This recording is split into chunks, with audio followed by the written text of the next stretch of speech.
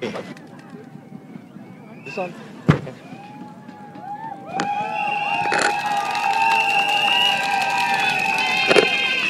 Good evening, Tampines! Louder a bit, people! Good evening, Tampines! Selamat datang, Wani Vanakam. Welcome to the PAP Tampines Rally 2025! This rally is not just about speeches. It's about trust. It's about track record. It's about choosing the right team. Not just into the tomorrow, but for the years to come. The PAP Tampines team has not only promised, but delivered. They walk the ground. They listen. They serve. They don't just say words. They do the actual work. If you believe in results, if you believe in a better Tampines, then join me and welcome our candidates on stage.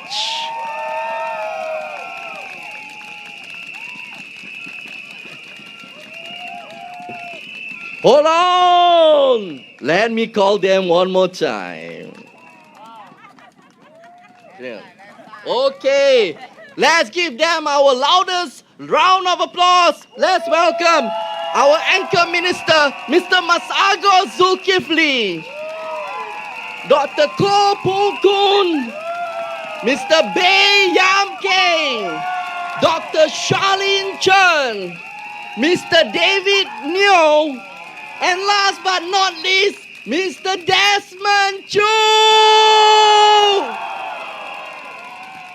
Let's also give our loudest round of applause and support to our local speakers. It's one day. Peggy Chua and Mr. Chayaga. Okay, thank you very much. Please take a seat, sir. Huh? Oh, yeah. We also have Mr. Muhammad Ramy on stage, please. Today he's a very special person. Later on, I will introduce him to you to get you to know him better. Okay, without further ado, let me invite our first local speaker, none other, very, very popular face in Tampines West. Let's give your loudest round of applause to Mr. Iswandi. Oh!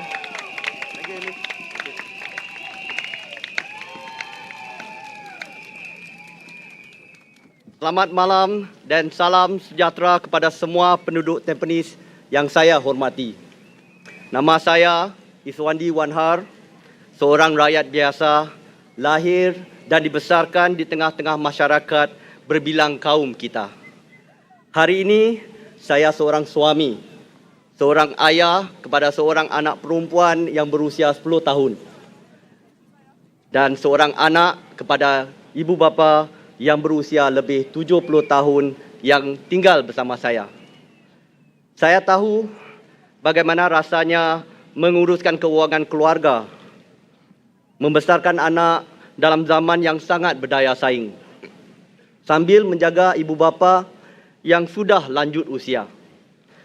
Saya memahami keperluan sebenar untuk pendidikan yang adil, penjagaan kesihatan yang mampu dimiliki, peluang pekerjaan yang stabil, dan suasana kejiranan yang selamat untuk anak-anak kita membesar.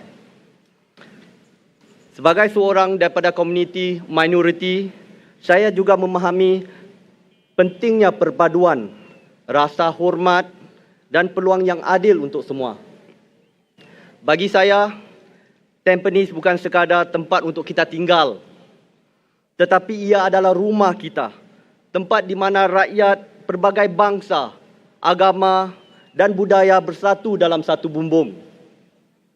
Kerana di Tampines, kita bukan sekadar jiran, kita adalah keluarga.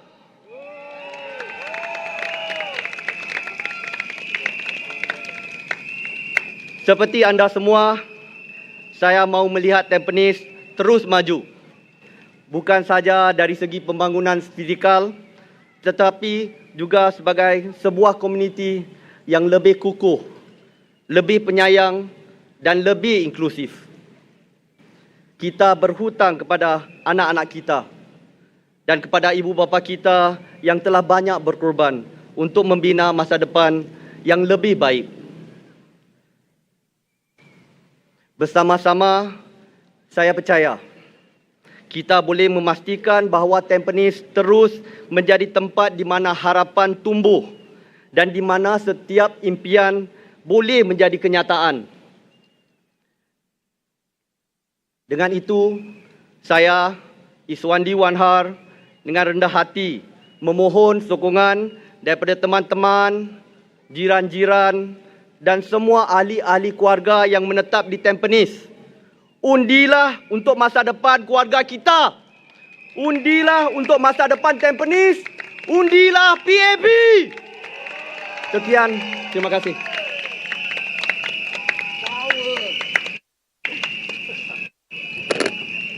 For a moment, I thought Iswandi would take over the job as an MC. Oh, power. Okay, next, right, we have Miss Peggy Chua. Very talented, very articulate, very young, very gorgeous. Okay, let's give you a round of applause to Miss Peggy Chua.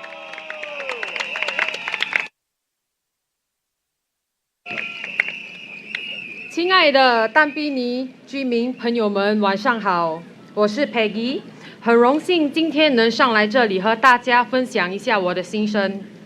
我从小就在淡滨尼长大，这30多年以来，我见证了淡滨尼的蜕变，从祖屋翻新、交通升级、设施的完善，例如 Tampines Hub、Tampines West CC， 这些都离不开 PAP 的精心策划与投入。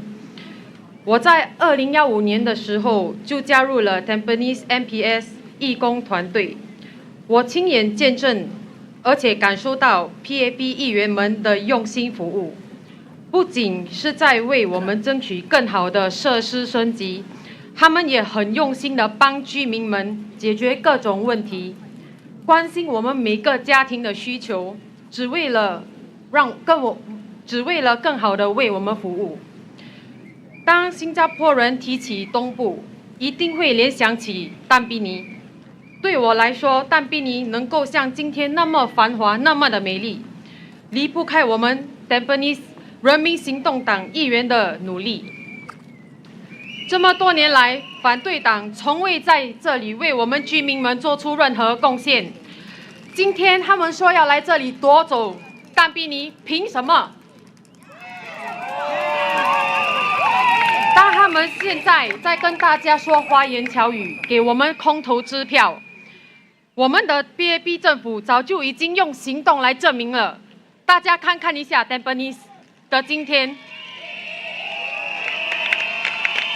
我想请问一下，有哪一个国家的政府可以做到十全十美？为什么那么多人提到新加坡，就会那么的羡慕？觉得新加坡是最好的，因为我们的政治安全稳定，透明度又高，所以支持人民行动党就是在支持新加坡的稳定与繁荣，也是在支持淡滨尼的持续发展。就像我们马尚高先生、马延庆先生那么多年为我们服务与帮助那么多户的家庭，如果我们失去他们，会是那么大的损失。我们作为淡滨尼的居民，作为新加坡的公民，面对未来的挑战，我们一定要团结一致与信任。国际局势充满不确定性，经济竞争日益激烈。我们那么小的国家，我们一定要更加的保持政治的稳定，才能持续发展。人民行动党拥有丰富的治国经验，能够带领我们面对挑战。而淡滨尼作为重要的市镇，更需要有强力的领导团队，确保我们的社区持续的进步。而且作为一位母亲，为了我们的孩子，为了我们的后代，我们得好好的对待这一次，还有每一次的选举。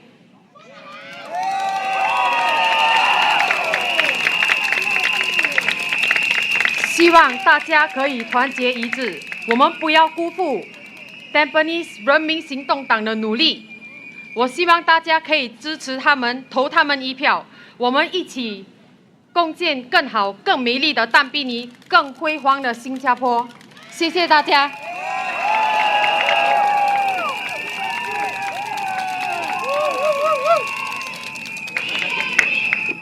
We heard from a lady. Now we are going to hear from a young man. Next up is Mr. Chayaga from Tampines East. Who's from Tampines East, huh? Ah. Oh. He's a proud resident of Tampines, has been living in Tampines for all his life, and a first-time voter. Okay, let's welcome our young man, Mr. Chayaga.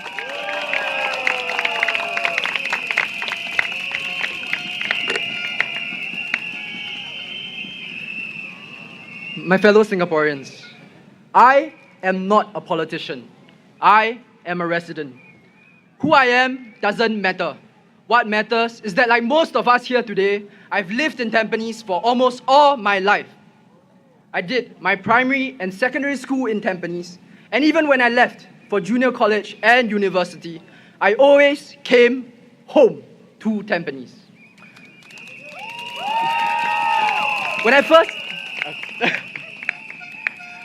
Thank you. When I first came to Tampines, my English was terrible. Neither of my parents were English educated, and we spoke Chinese at home growing up. We couldn't afford tuition, so I went to the Tampines Library every single morning, the old one near Sun Plaza Park. Because Tampines had a library, I went from failing English in primary school to the top of my cohort in secondary school and JC.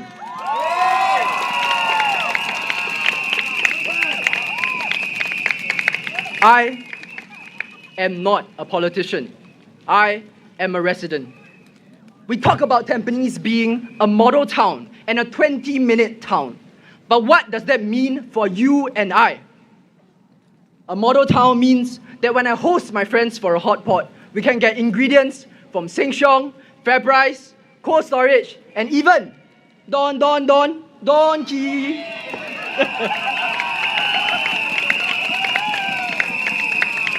All within one traffic light. A model town means that when I pass the newly renovated Tampines North CC, I tell my parents, luckily the basketball court wasn't this nice when I was in secondary school.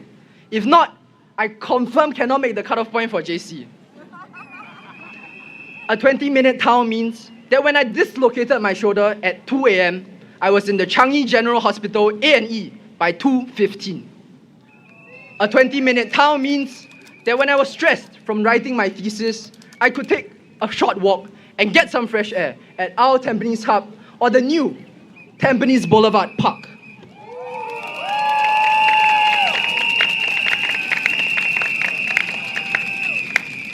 That is what it comes down to at the end of the day. And I don't know about you, but I am damn proud to live in Tampines.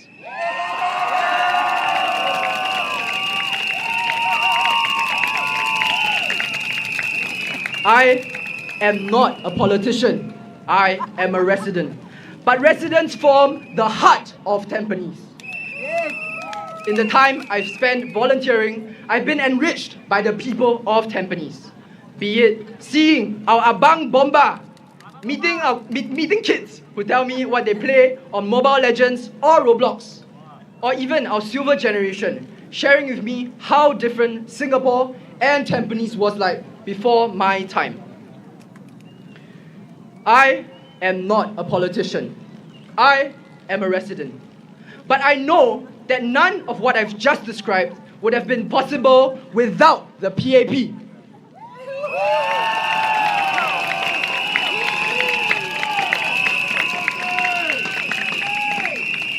You see, We in Tampines have it good.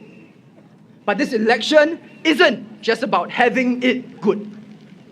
This election is about securing our jobs, our lives, and our future.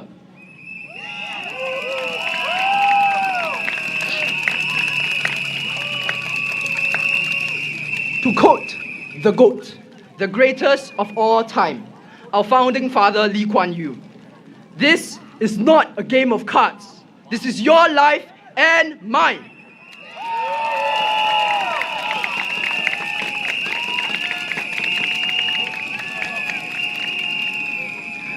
There is a time and place to gamble, probably during Chinese New Year.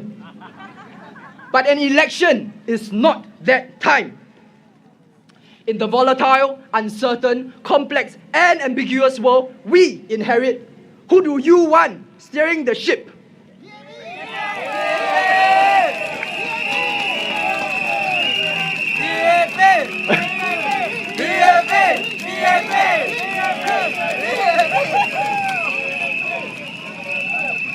Much like yourselves, I vote the team with 66 years of experience, bringing us from a fishing port to a world-class passport.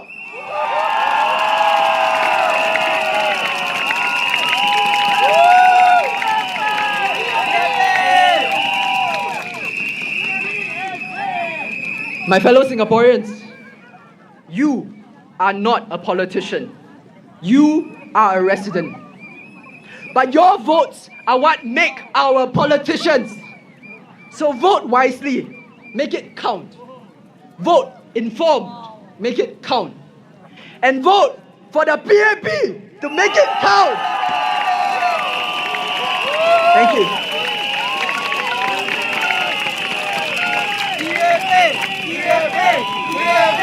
PAP! PAP! PAP! PAP! PAP! Wow! Well done, people. Thank you, Mr. Chayaga. That was very rousing. Okay. Next, we have our next speaker, Mr. Muhammad Ramy, who will now speak in his message in a sign language, a language of connection, a language of dignity, a language of inclusion. Let's give a warm applause to Mr. Muhammad Ramy.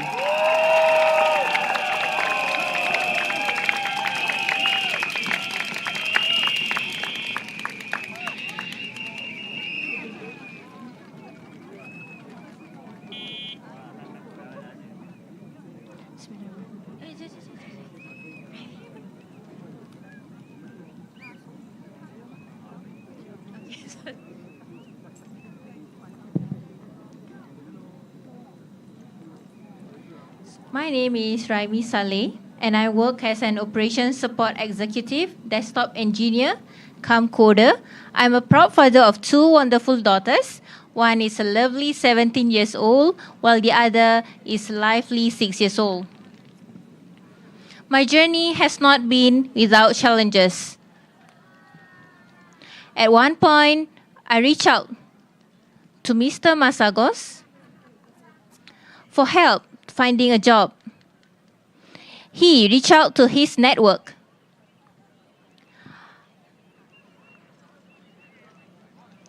I was able to secure a position where I proved myself and grew my confidence.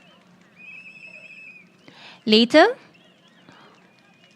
when I was once again actively searching for job opportunities, Mr. Masagos came forward again. As a result, I caught attention of a reputable company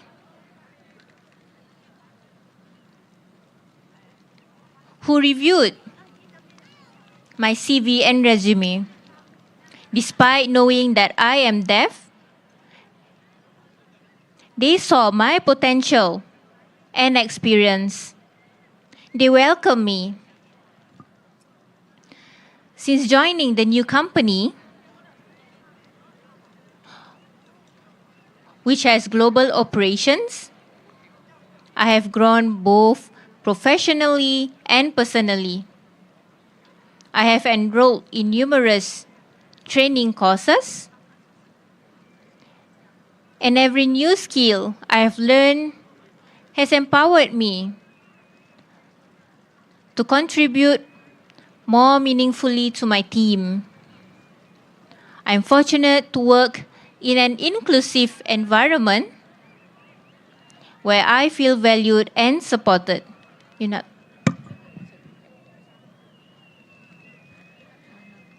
One of the ways that I give back is by sharing my sign language knowledge with my colleagues.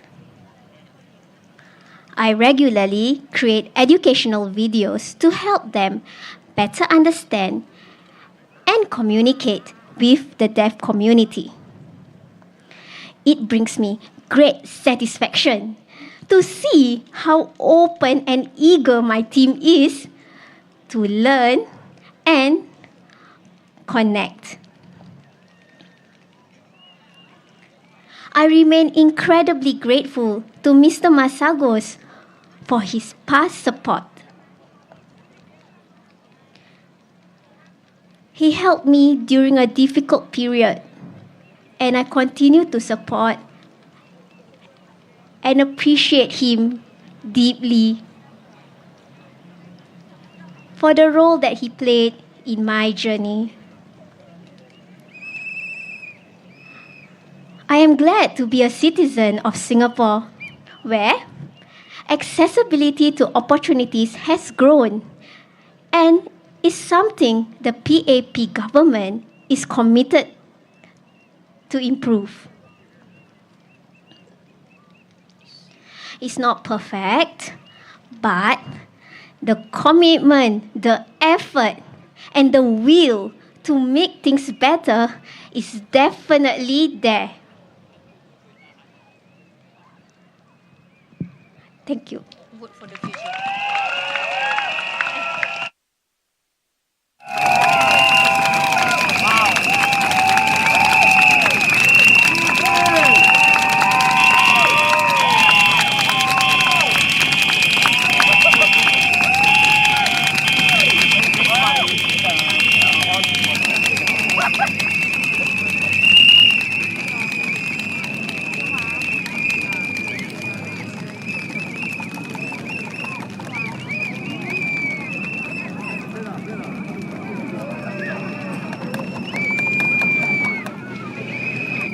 Okay, our next speaker is an MP who's deeply committed to the residents of Tampines Changkat. Tonight, he will address us in English, Mandarin, and Malay. Let's give your loudest applause to Mayor Desmond Ch.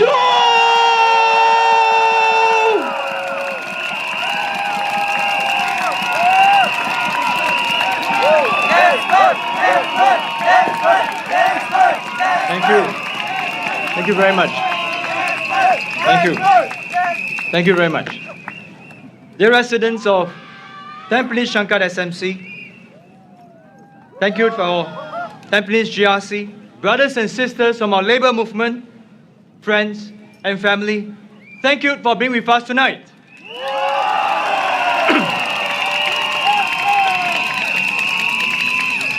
Allow me to begin in our national language.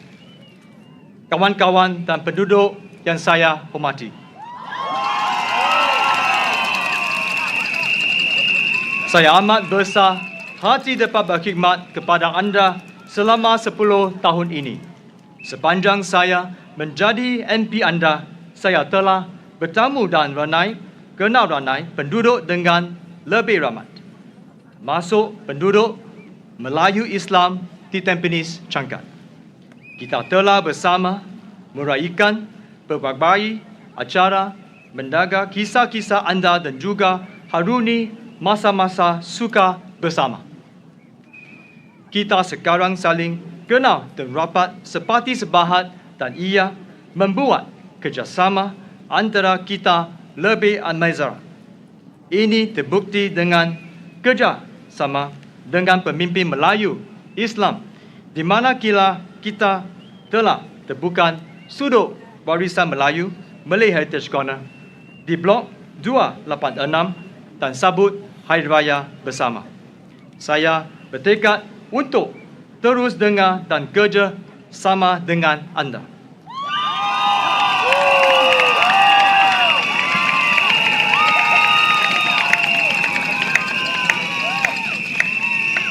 Marilah kita teruskan usaha ini bersama, saling mempercayai dan bersatu padu. Dengan sokongan anda, saya akan terus berkhidmat dengan sepenuh hati. Undilah saya di Tampines Jangkat. Undilah PAP. Terima kasih.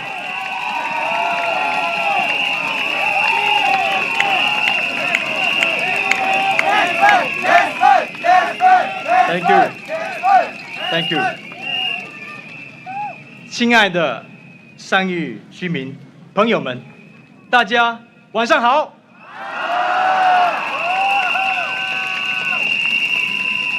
我是贝庆。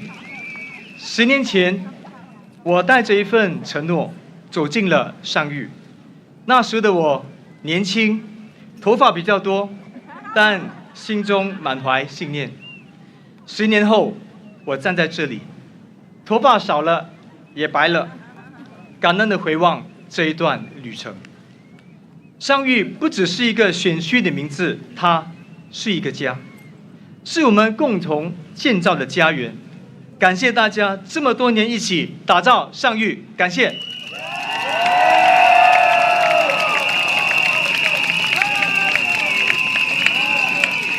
我记得在11街和32、33街，我们一起设下银色安全区，就是为了婆婆公公们可以安心过马路。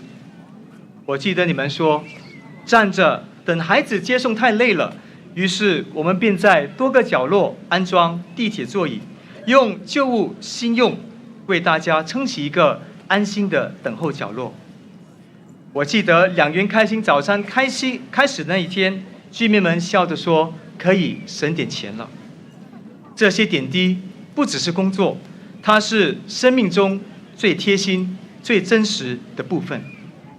那说起这个2元开心早餐，那最近引来了争议。有人问上虞居民们是否因为2元早餐而倾向于人民行动党。我不禁感叹，草率的一言不单抹杀了热心的咖啡店主的好意，他也玷污了花尽心思筹划爱心早餐的基层工作者。我想要跟说此话的朋友说，如果真正要帮助居民，无需把能帮助大家的计划当为竞选的牺牲品，把爱心政治化，而是以真诚的心落实实际的计划，这才是敬爱上虞的根本。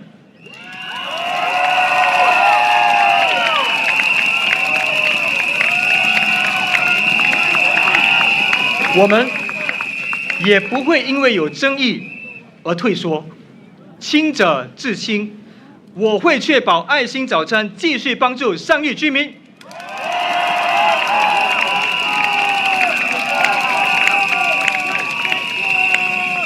亲爱的朋友们，我还记得2个月前，在原巴沙，一位70多岁的阿嬷，她握着我的手问：“你瘦了很多，你是不是太累了？”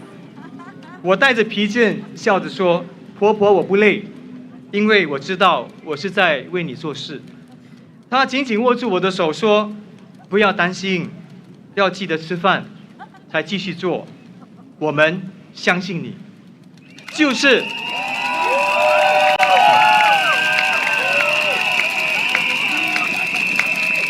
是这一句“我们相信你”，让我走遍上虞的每一条街，让我在深夜里依然坚持把事情做好。心想，岂能尽如人意，但求无愧于心。虽然不能事事都能做得十全十美，但万万不能辜负上谕居民们的托付，这就是我的信念。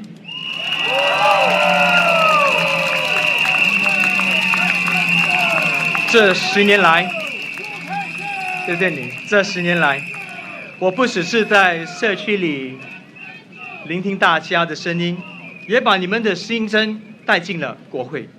许多长者告诉我，年纪大了要找份工作真不容易，有的工作太重，有的时间太不灵活，有些雇主甚至一听到年龄就说不考虑。我听在耳里，放在心里，更是在国会里为居民发声。我要争取更多适合为年长者身体情况和生活节奏的工作，不只是给他们一份收入，更是给他们一份尊严，一份继续参与社会的价值感。一个温暖的社会，应该让每一位愿意付出的长辈都有一席之地。经过了10年，上谕不只是我的选区，它也变成我生命的一部分，是我的情感的所在。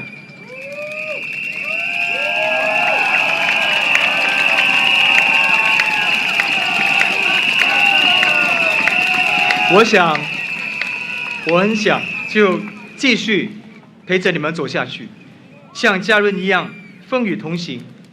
无论是要争取更多的托儿假，或者是让长者和年轻人都有更好的未来，我都会努力，不辜负你们的信任和期待。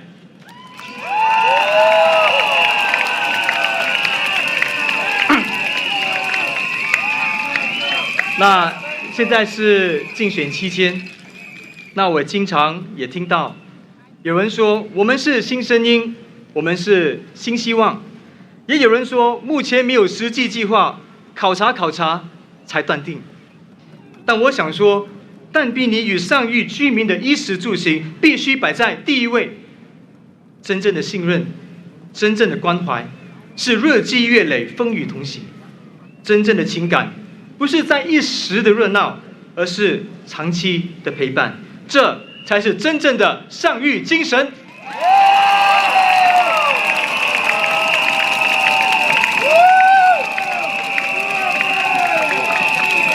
我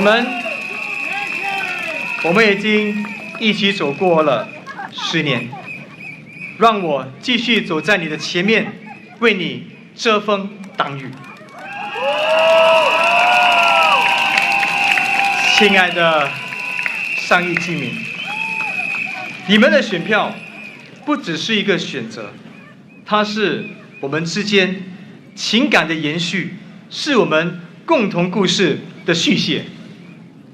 请让我继续守护，为大家打造这个家，为我们打造我们的家。谢谢大家。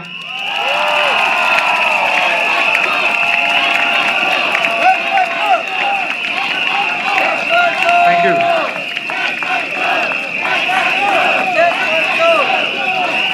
Dear residents, 10 years.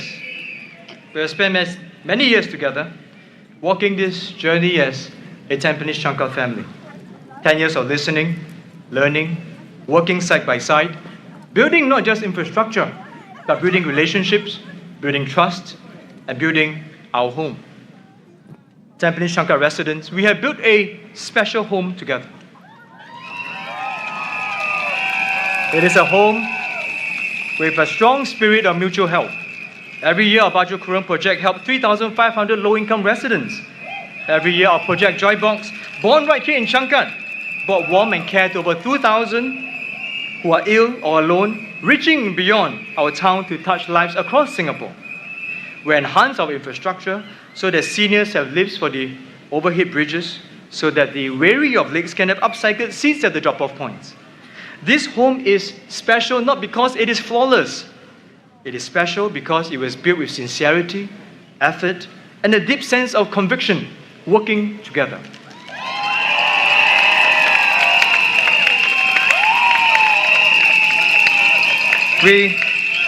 Thank you. We didn't always get things right.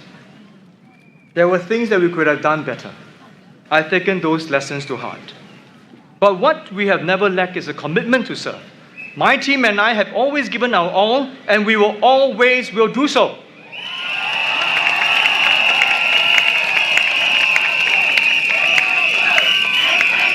This home is special because it was built on a firm foundation of trust, genuine friendships, and shared experiences. This home could be built only because we are united as one Changkat. We built this home together. We are better together.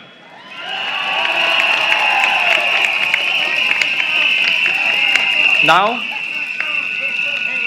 upon this foundation, we shall build the future of Changkat.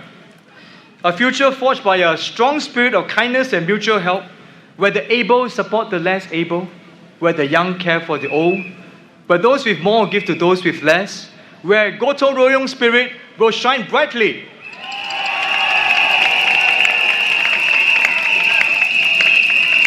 Together with Changkat residents, we will run a new medical consumables program so our seniors can subsidize adult diapers and milk powder. Our young families will receive relief through our Young Family Support Fund. Our youth will have subsidized sports training. And we will raise funds together for this project. In this future of Changkat, the spirit of volunteerism will burn bright. Our residents will mentor our next generation. Homework support is already happening.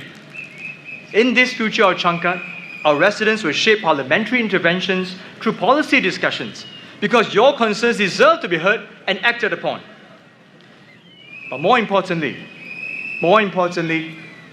in this future of Changkat, we reject negativity and division.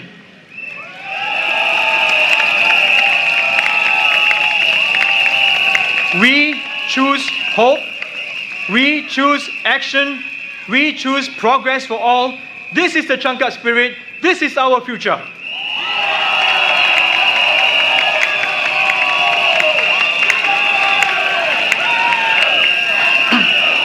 Thank you. Thank you. Can I ask all Tampines Changkat SMC, Tampines GRC residents to consider this? So what is this election about? It is not about casting aspersions or sowing discord. It is not about tearing others down without a plan of your own. This election is about choosing hope over hostility. It is about building up, not tearing down.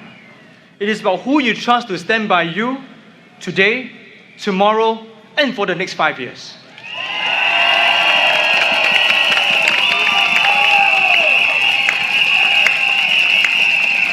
During the campaign trail, I met a grandmother in her 70s. She was thin, almost frail, but full of energy. When I passed her our campaign message card, she looked at me and she pointed to the People's Action Party logo and said, "I'm voting PAP for my grandchildren's future. I trust you and the PAP."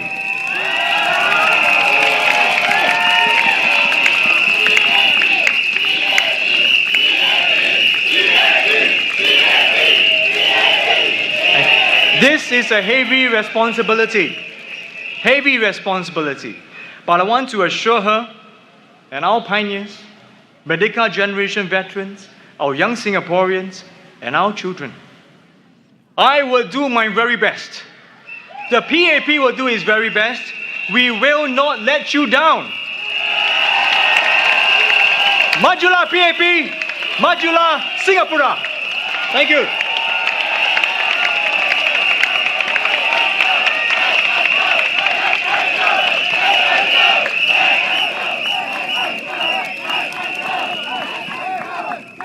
Fan club. Okay. These individuals next we have been instrumental in national initiatives, yet his heart remains firmly rooted in the community. This special individual brings both expertise and empathy to his role as a Member of Parliament for Tampines Central. Let's welcome our Senior Minister of State, Dr. Copun, who will now speak in both English and Mandarin. Give him a round of applause!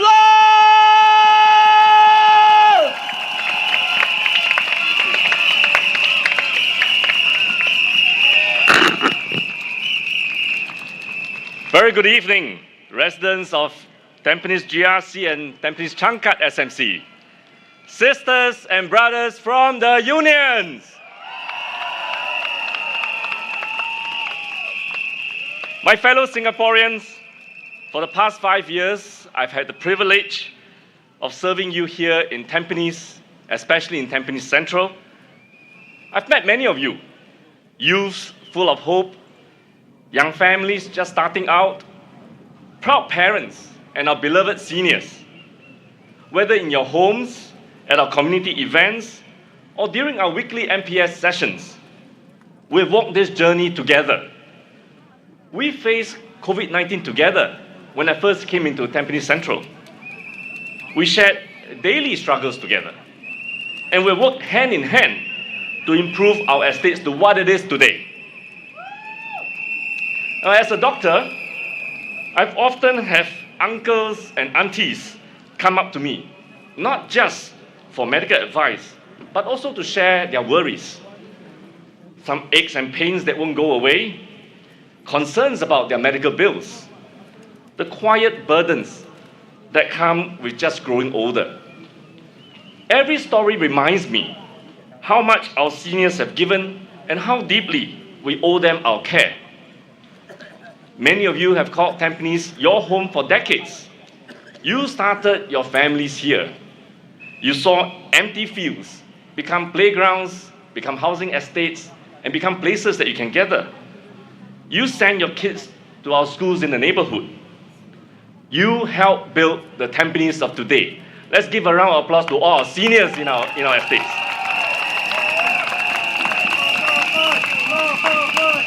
So that's why we launched Health Up at Tampines, a health program that brings regular health screenings and fitness activities right into the heart of our neighborhoods.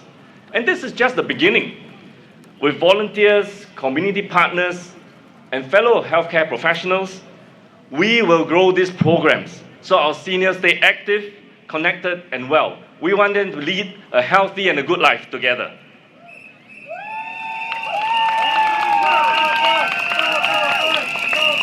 Because looking after those who have done so much for us, who have cared for us, this is the heart of a caring community.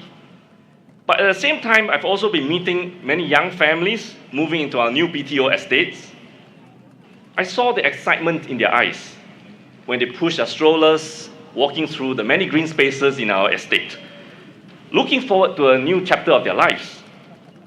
We have worked hand in hand over the past many years to tackle the teething problems in our new precincts, from the smallest hiccups to the larger, bigger concerns.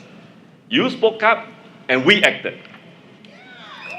And now we look ahead with even more excitement to the upcoming integrated transport hub and the brand new, the CC, the community club that will be built at Tampines Boulevard.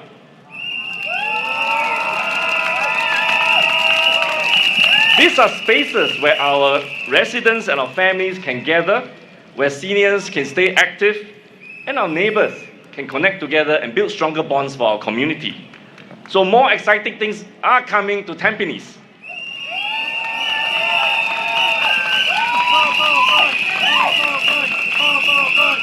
Now, when I met these young families, we've had many conversations. And oftentimes, you ask very thoughtful questions. You worry about the rising cost of living, as all of us are. And you understand that Singapore's inflation is part of a broader global situation caused by conflicts elsewhere. You know we cannot bring peace to the world on our own. And we can't keep global inflation out of our shores. It's not something that we can do or make the world become more peaceful just by our own effort. But you feel the strain of being sandwiched, caring for your young children, and looking after your aged parents. That's why the PAP government takes action to provide relief month after month. with CDC vouchers, cash payouts, YouSave rebates, and many much more. If you look at the MOF website, you see every month something is given to help you relieve the pressures you're feeling right now.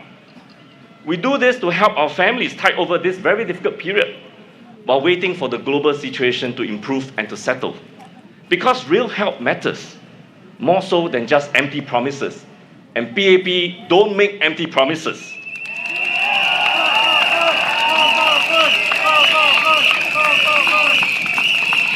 And here, in my division in Tampines Central, our community also steps forward. Through the Community Cares Shopping Program, we provide $100 worth of groceries to families who are in need, regularly and all for free. So I say we are a town that cares deeply for one another. This is something that is special here in Tampines. Now, our policies may not always be perfect. And yes, sometimes they come with very hard trade-offs. But we will always try our best to help those who are impacted by these policies. And just like how we will ask our doctors prescribing medications to us what the side effects of these drugs are, we should also ask the opposition. When they propose their proposals on their manifesto, we should ask them, what are the downsides in their proposals?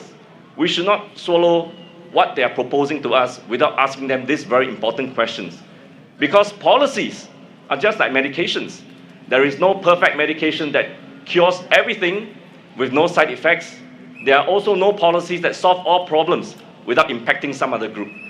So I hope we will open our eyes and ask opposition. When they propose policies, they propose changes, ask them what it will cost all of you, what the impacts on other groups will be. Now, the PAP doesn't just talk about policy. We implement it.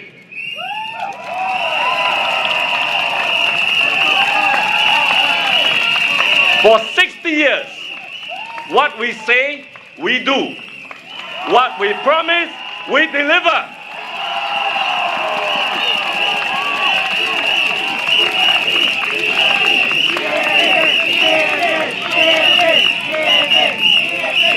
At our regular Kopi Kao chat sessions, I've had the chance to sit down with many of you, young couples, youths, working adults.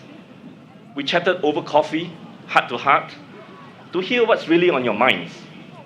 You shared your worries, your hopes, and your ideas on how we can do better. And I want you to know that I'm listening. That's why I will be expanding these Kopi Kao chat sessions, so that more of you can join in and participate in this conversation, so that I can better understand the challenges you face, and also take the opportunity to explain some of the thinking behind the policies we're implementing. Because this is how trust is built, not just through speeches, but through real conversations, through mutual understanding. That's how a doctor wins the trust of his patients, by having a conversation, helping you to understand. We don't do it like the opposition, telling you all the good things, trying to shove all their medications down your throat without telling you the consequences. This is how we strengthen our social compact.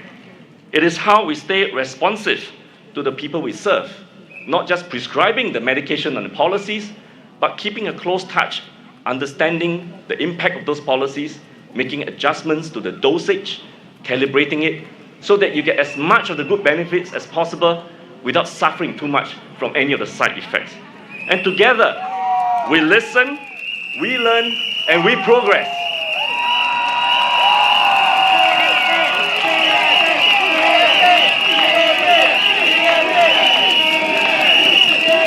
And we must never forget our youth. You, our young people, have big dreams and bold ideas. You have a genuine desire to serve and to make Singapore better. But many of you young people also worry. You worry about job opportunities, about the rapid pace of technological change.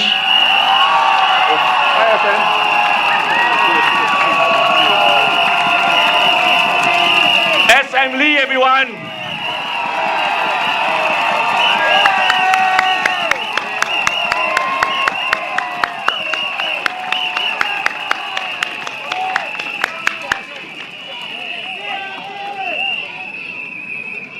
As I was saying, our young people have big dreams and bold ideas and a desire to serve and make Singapore better. But many of you also worry about job opportunities, about the rapid pace of technological change and whether you can keep up, and about the world you are inheriting. Will climate change destroy the world by the time you enter it into adulthood and try to form your families? These are worries that many of our young people have. I've met many of you at our yearly EduSave Awards event, and I've shared my own challenges and failures during my career. I hope my life stories will help you to find your own bearings as you enter adulthood. And to every young person here, I want to say, you have what it takes. Have faith. Your education, your talent, your unique talent and your passion, these are the seeds of Singapore's future. You hold the seeds to Singapore's future. That's why we offer programs like global exposure through the Overseas Market Immersion Program and the Global Leadership Program to give our young people a leg up so they can hold senior positions by gaining exposure for overseas. And right here in Tampines Central, we created the Tampines Central Youth Leadership Award, an award that is not based on academic grades, but for those with leadership and a heart to serve, for those who are ready to stand up, speak out, and champion the causes you believe in. It is a platform for you to discover your strengths through action, not just talk, while making a difference to our community. So I want to encourage all our young people to join our movement, to make Singapore good, and to build a better home in Tampines.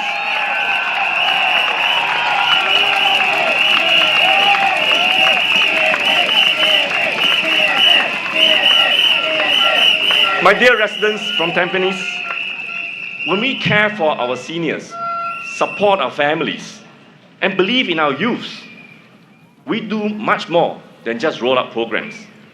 We weave a stronger social fabric. This is how we build a caring community, and this is what makes Tampines a model town.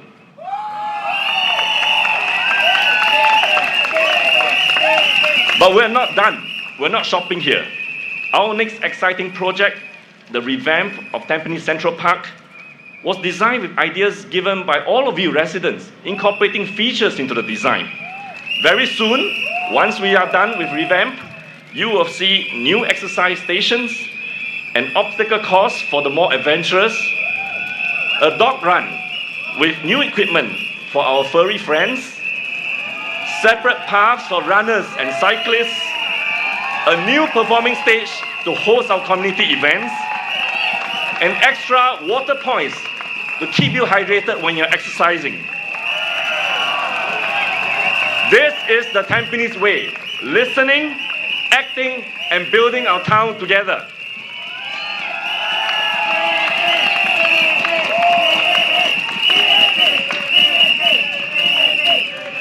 My dear Tampines residents, this has been a tough election, and every vote counts. We hope to continue working with you to turn the exciting plans we have for you, for Tampines, into reality. Together, we've built more than just a town.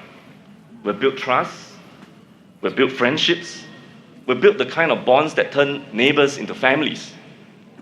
And I hope you'll give our team here, the PAP team, the opportunity to continue serving you and your families. Please, vote for the PAP. 请投人民行动党一票。Majulah Singapura!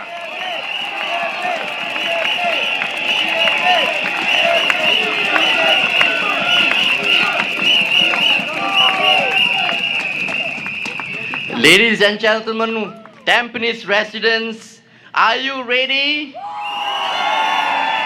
Tonight, we welcome a man who has led our nation with courage, clarity, and conviction. Even as he passes his baton, he remains by our side, standing with the next generation, standing with us, Singapore. So, Tampines, let's show our respect, let's show our appreciation, let's show our love, let's welcome Senior Minister Minister Lee Hsien Loong.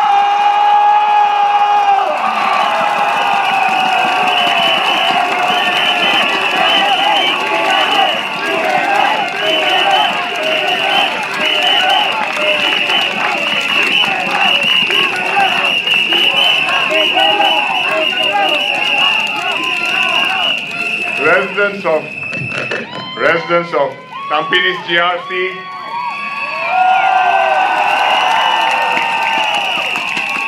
Tampines Tangkat SMC, friends and fellow Singaporeans, a very good evening to everybody.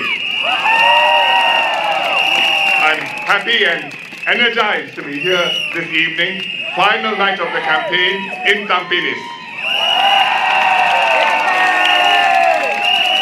Let me start in the national language. Saudara-saudari sekalian, apa khabar? Tahun ini kita sambut SG60, masa yang sesuai untuk kita merenung kemajuan besar yang telah kita capai sejak 1965. Bersama-sama, kita telah mengubah Singapura, kembangkan ekonomi kita, bina kediaman yang dibanggakan rakyat Singapura, sediakan sekolah yang baik dan pendidikan berkualiti tinggi untuk anak-anak kita. Kita juga menikmati penjagaan kesihatan yang sangat baik dan berpatutan. Sistem pengangkutan awam bertaraf dunia dan kita telah meningkatkan taraf hidup kita dengan pesat. Inilah kemajuan yang dinikmati oleh semua rakyat Singapura, termasuk masyarakat Melayu. Syabas.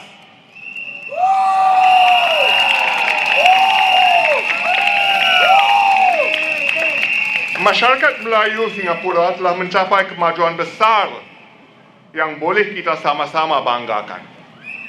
Pencapaian pendidikan dan pekerjaan bertambah baik. Sememangnya, masyarakat Melayu telah manfaatkan sepenuhnya peluang untuk penuhi potensi anda dan mencapai aspirasi anda. Kemajuan anda sangat ketara berbanding negara maju dan juga berbanding masyarakat Melayu di tempat lain. Dengan kita saling bekerjasama, pemerintah juga telah meluaskan ruang yang dimiliki oleh masyarakat Islam untuk laksanakan ibadah anda. Kita akan membina College Islam Singapura.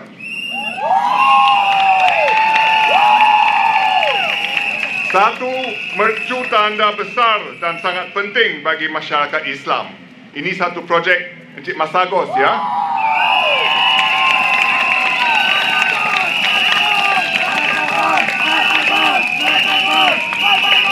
Program pembinaan masjid juga berjalan terus. Satu masjid baru akan dibina di sini, di Tampines North, dan satu lagi akan di tengah, di seberang barat Singapura, sebelah barat Singapura. Saya gembira melihat bagaimana masyarakat Melayu Islam kita berkumpul untuk bantu mereka yang memerlukan. Sama ada mengenai isu domestik seperti memperkasa keluarga bergaji rendah dan membantu kanak-kanak dalam pelajaran, atau mengenai isu luar seperti bagaimana orang Melayu bersatu dengan rakyat Singapura yang lain menyiapkan bantuan kemanusiaan di Palestin. Semua ini kita dapat capai kerana orang Melayu menyokong dasar-dasar berbilang kaum pemerintah sejak awal lagi. Marilah kita tingkatkan kemajuan yang kita capai bersama setakat ini. Pemerintah akan terus bekerja rapat dengan semua kumpulan kaum dan agama, terutama kaum minoriti. Inilah cara kita meluaskan ruang bersama dalam masyarakat majmuk kita dan kebaikan semua. Ini akan diteruskan dengan pasukan 4G kerana ini adalah prinsip atas dalam pendekatan politik Parti Tindakan Rakyat, PAP.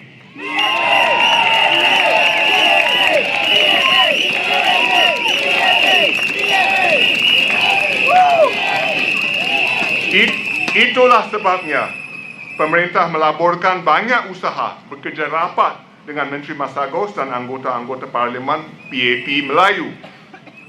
Misalnya melalui Mendaki untuk terus perkukuh pendidikan dan pembelajaran sepanjang hayat, lifelong learning. Melalui M-Kuasa 3 untuk menggerakkan kumpulan Melayu Islam supaya sama-sama memperkasa masyarakat.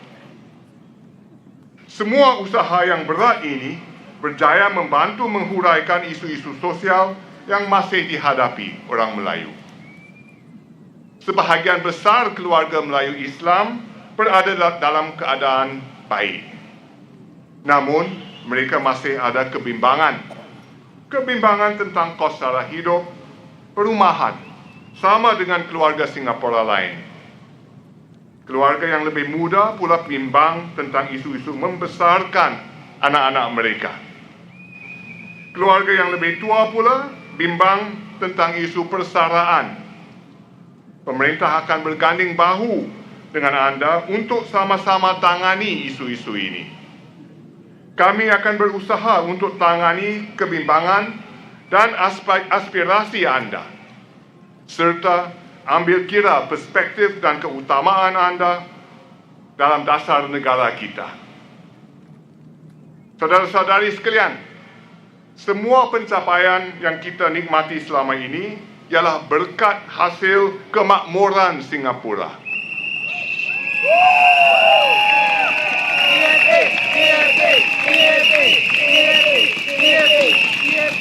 Sebagai sebuah negara, kita ada sumber-sumber dan pemerintah bekerja rapat dengan rakyat.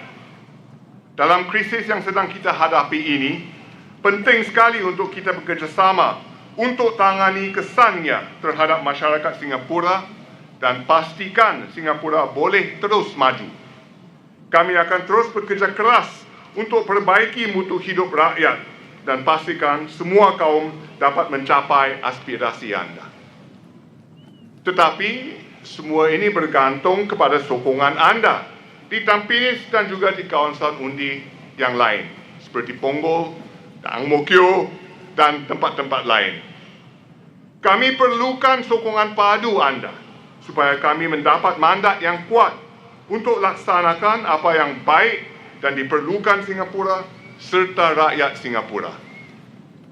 Undilah Masagos dan pasukannya di GRC Tampines ini.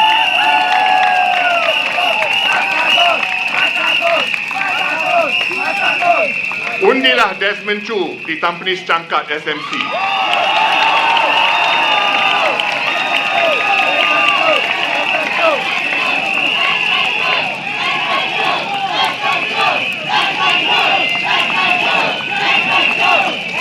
Dan di kawasan undi lain, undilah pasukan PAP untuk pastikan lebih banyak kemajuan buat semua rakyat Singapura.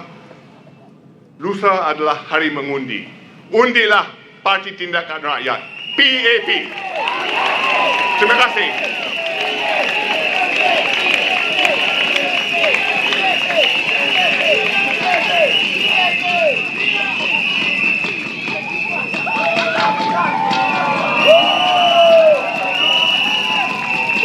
Kewe Tan Pini的居民，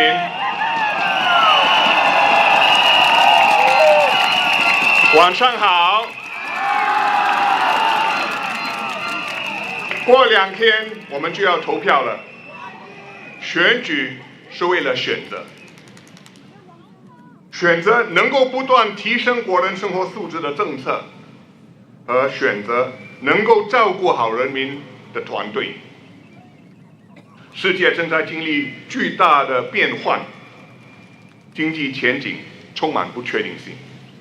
我知道大家因此都非常关心民生课题。在这方面，人民行动党政府正推行全方面的政策，帮助国人改善生活，渡过难关。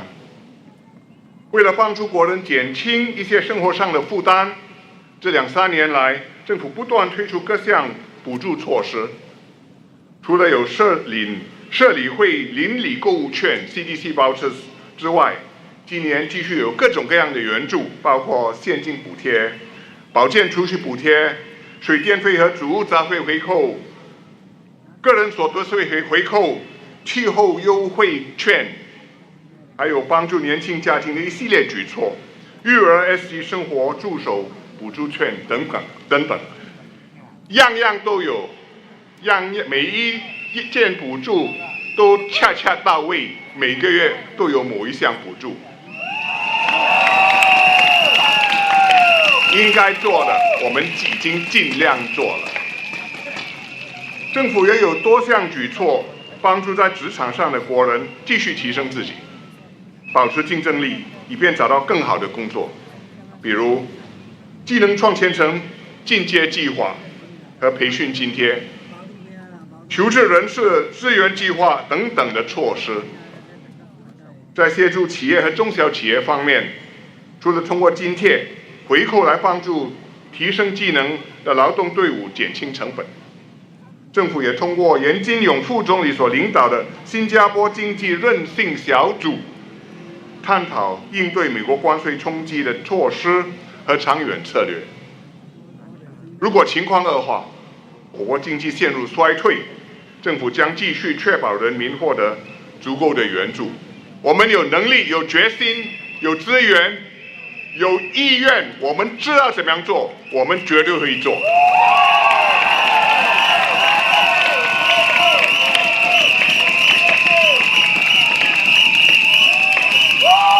当然，我们也了解国人在其他方面也面对不少压力，包括夹心层、育有年幼子女的年轻父母，同时也要照顾好日益年迈的父母，一家大小都要照顾好，不容易。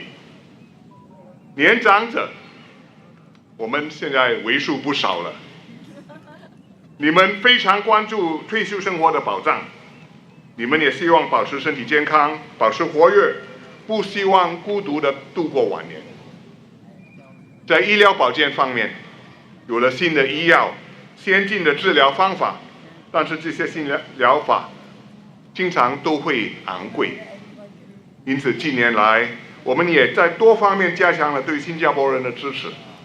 在住房方面，政府在过去的2-3年来加快步伐兴建主屋，让年轻夫妇能够更快地拥有自己的家。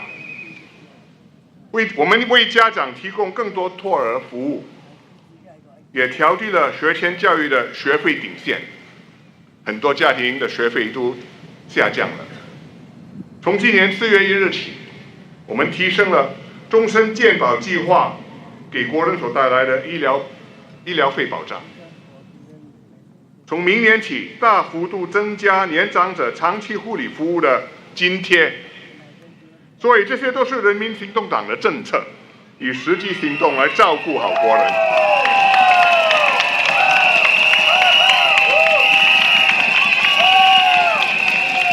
不需要人家告诉我们怎么做的，我们自己会做的。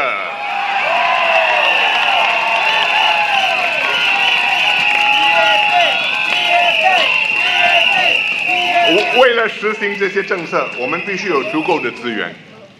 尤其我们的人口迅速老化，年长人士的医疗保健开支会持续上涨，所以政府不得不调高消费税，以确保我们能够持续援助国人，在你左右。反对党说你不需要这么做，因为政府钱很多。他们敢这么说，是因为他们认为讨好选民为先，其他后果他们不用负责。他可以开支票嘛？你政府必须支付。你政府，我告诉你怎么做，你问我，我问政府，政府负责，多么简单。我也会做反对党。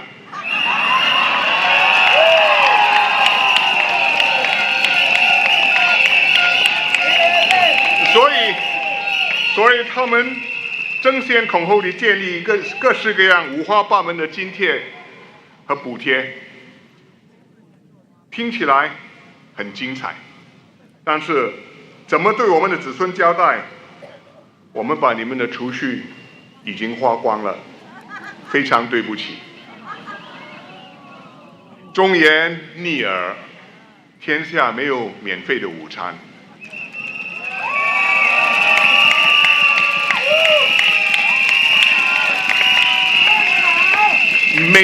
国人的持续需求，应该由那一代的国人担当。我们的储备是先辈们，是世世代代新加坡人的血汗钱，共同努力筹集起来的，是在大风大浪的情况下才可以应用的法宝。国人能够熬过官兵疫情的那几年，就是因为我们有足够的储备来遮风挡雨。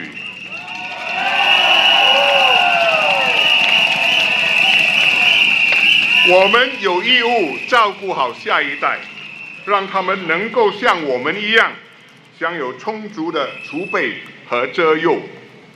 新加坡必须代代相传，一代比一代成功，一代比一代好。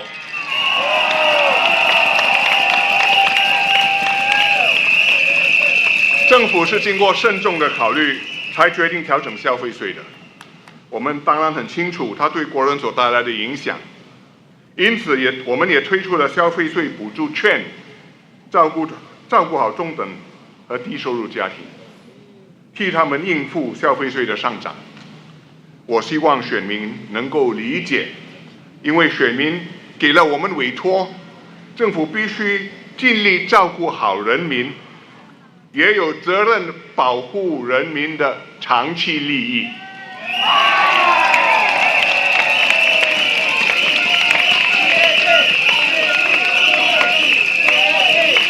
大选的第二个目的，是为了选择最有能力、有诚信的领导团队来治理国家。要克服眼前的挑战，我们必须拥有一支强劲、有能力的领导班子，才能对症下药，落实政策，与人民携手度过难关。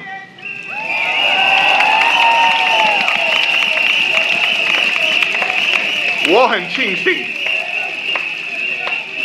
官兵疫情降临不久之后，新加坡人在2020年的大选中，重新给了行动党明确的委托，这让我有一个能干的团队，我们才有效地克服了那场危机。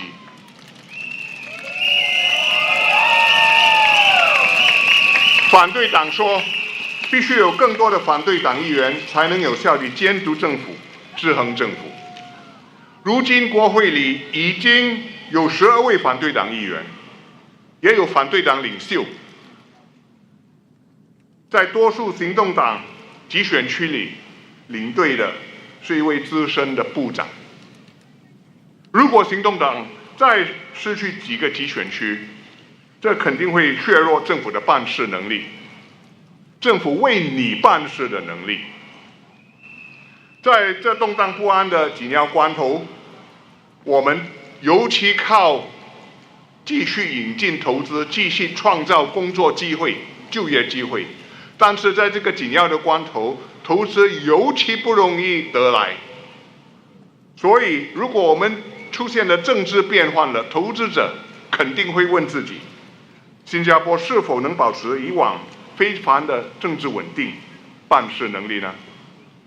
如果我在新加坡投资，我的项目会不会获得人民和政府的全力支持？我会不会有一个能干的政府帮我实现、替我保障？如果他们对这些问题有怀疑、迟疑不决，或者改变他们的主意，把投资移到别的地方，甚至把已经在新加坡的投资迁移到其他国家，那新加坡人民、工人就遭殃了。所以这样一定会影响我们的经济表现，影响我们的就业机会，打破许多人的饭碗。因此，这不只是关乎行动党人数过半与否，就或者行动党会不会继续执政的问题。这个关乎新加坡的前途、大家的幸福、每一个家庭的工作机会的未来的前景的问题，是至关重要的课题。我希望选民能够深入了解这一点。今晚我们在但宾尼集选区领导团队的是马上高部长 Masagos，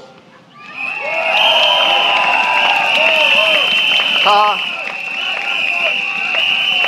曾经担任环境部长，处理我们的水源和气候变化政策都是非常关键的政策。现在他是社会及家庭发展部部长，主导我国的各项社会发展，推出各种援助计划，协助低收入家庭等等。他为内阁和政党带来了宝贵的阅历、经验和实力。有了你的支持，马上高和但宾尼的团队将落实未来5年的社区发展蓝图。这份蓝图是与居民讨论后，多次讨论后而拟定的。希望你们能支持人民行动党，完成大家的梦想。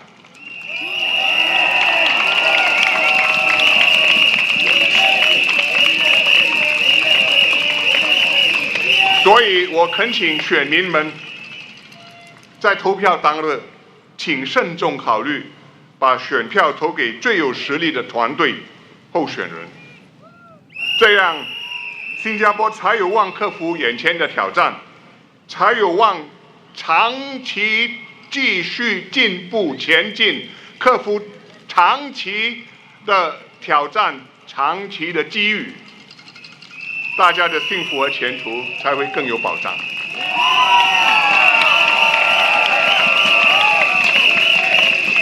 请继续支持我们，给人民行动党明确的委托，让行动党继续照顾好但宾尼，继续让新加坡繁荣。请投人民行动党1票，谢谢。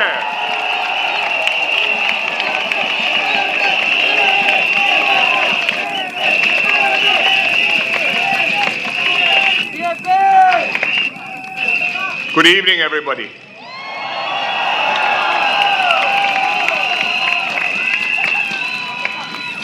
I was at Tampines Market on Tuesday morning. I wanted to lend support to Masagos and his PAP team contesting here in Tampines. Dr. Charlene Ch, David Neo, Copun, Bayam King, and also Desmond Chu.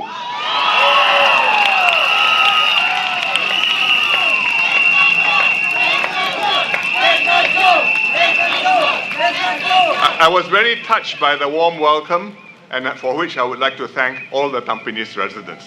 Thank you very much. Some of you were probably there too. The team has a good mix of experience and fresh talent, and I ask you, please vote for them. I have fought many elections since my first one, 1984. 40 years ago.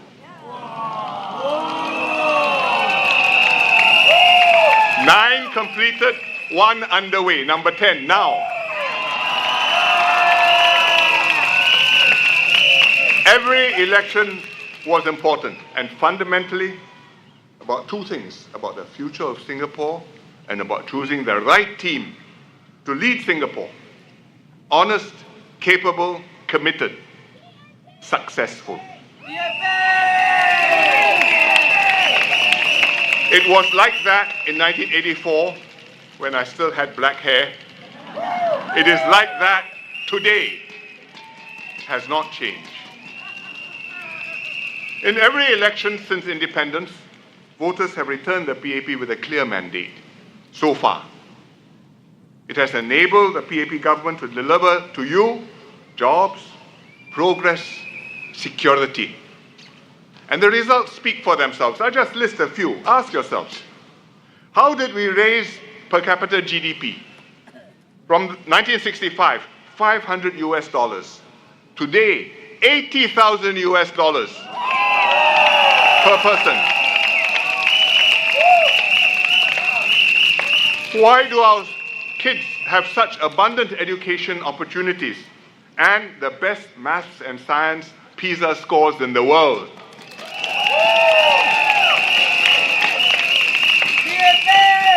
How did we provide good quality public housing for so many Singaporeans? Look around you, all these homes. Who built them?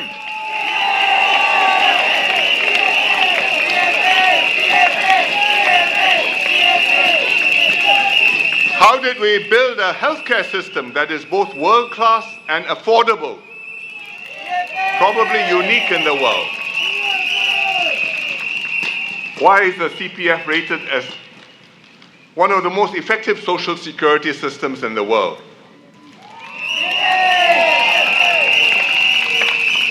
And why is our red passport one of the most powerful passports in the world?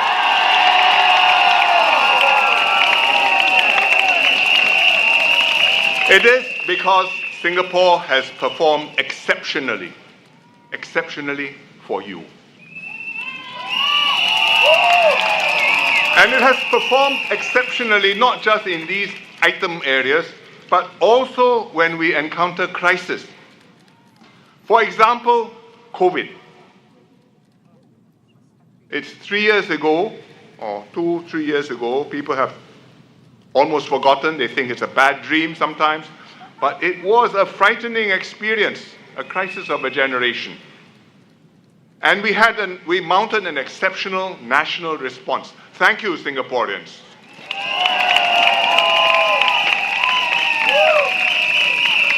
Our hospitals were not overwhelmed. You were sick, you could get treated.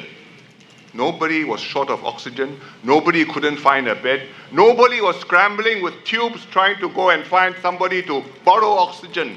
Desperately ill old folk at home. Happened in many places, quite near to us. Not in Singapore, not in PAP Singapore.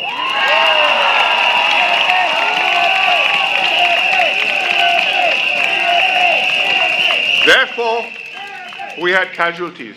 That happens, cannot be helped, we are sad, but we had one of the lowest death rates in the world. Our economy bounced back quickly because we had 5 budgets in the 2020, and we made sure that the economy kept well. It went into chill, wait, crisis passed, out again, out of the gates, running at full speed. And our society emerged stronger and more resilient. How did we do it? 2 things. One, we had a capable and committed leadership, a leadership team to steer us through. We had a multi-ministry task force chaired by Lawrence Wong and Gan Kim Yong.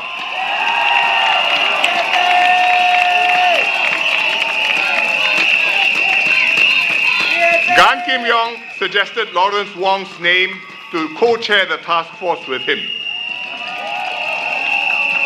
Lawrence Wong did a very good job together with Gan Kim Yong. That's why today Lawrence Wong is PM and Gan Kim Yong is DPM.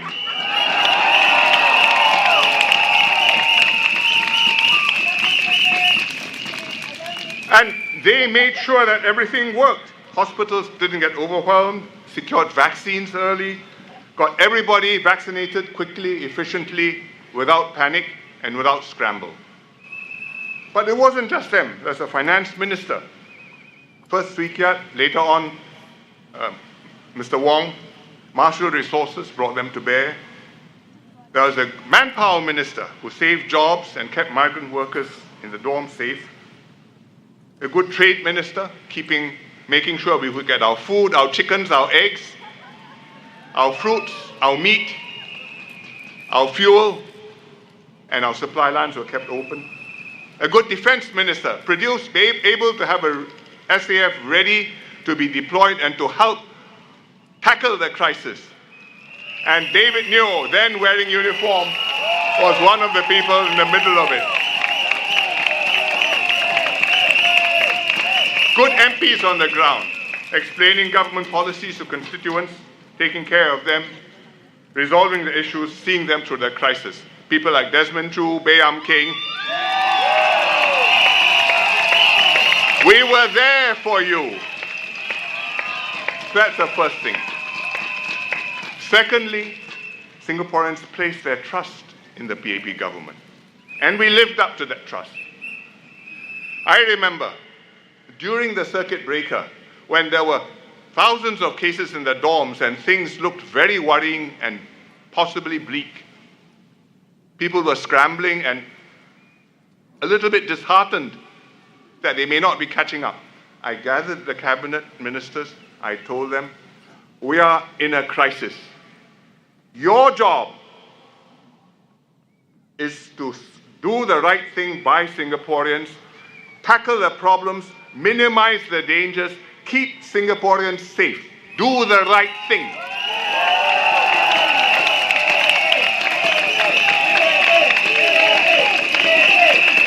I said, we do not know how this will turn out.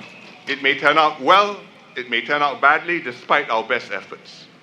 Singaporeans may be grateful to this for us if we do it well. They may be very angry with us, even if we tried our best and it didn't turn out well. Put that out of your minds. It's not your business now. No time to think about that. Concentrate your duty, your mission.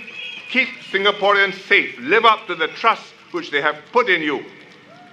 Get this job done. And they did. And we settled the dorms. We came out. I called elections as soon as possible because I wanted a clear mandate, knowing that there were many twists and turns to come, many more hard decisions to make. And thankfully, we got a clear mandate in that election, and we were able to get through COVID and come out intact, in fact, with our cohesion, with our trust strengthened. That's because you've got an extraordinary country and an extraordinary people and an extraordinary government. You just substitute 2, 3 key members and throw out. You can still do that. It depends on the team. And we had the team at the right moment, and fortunately the team delivered for Singapore.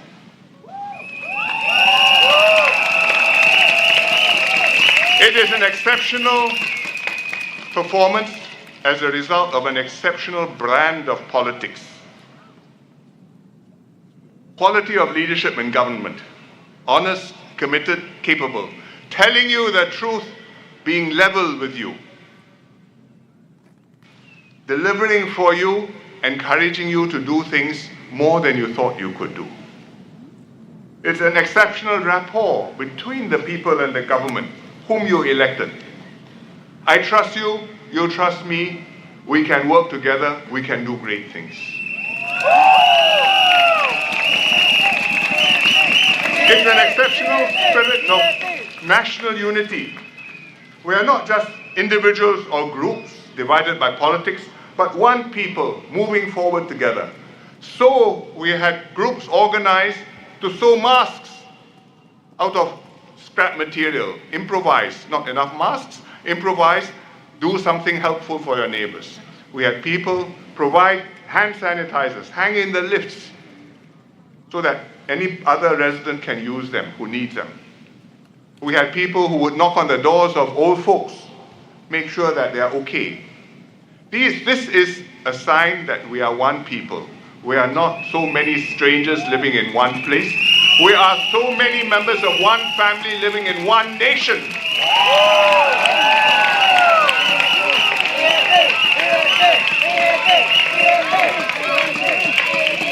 It's extraordinary. It is not a natural state of affairs.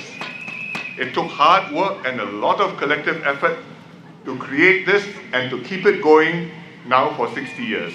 Hence, SG60, we are having a celebration.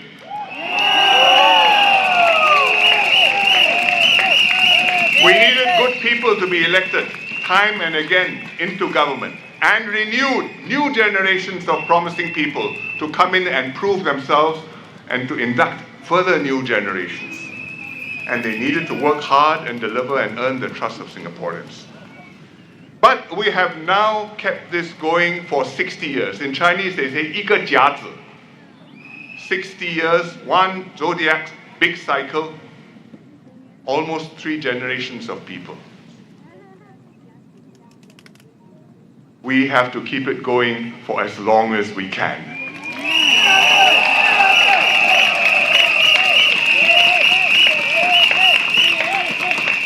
We've come out of COVID.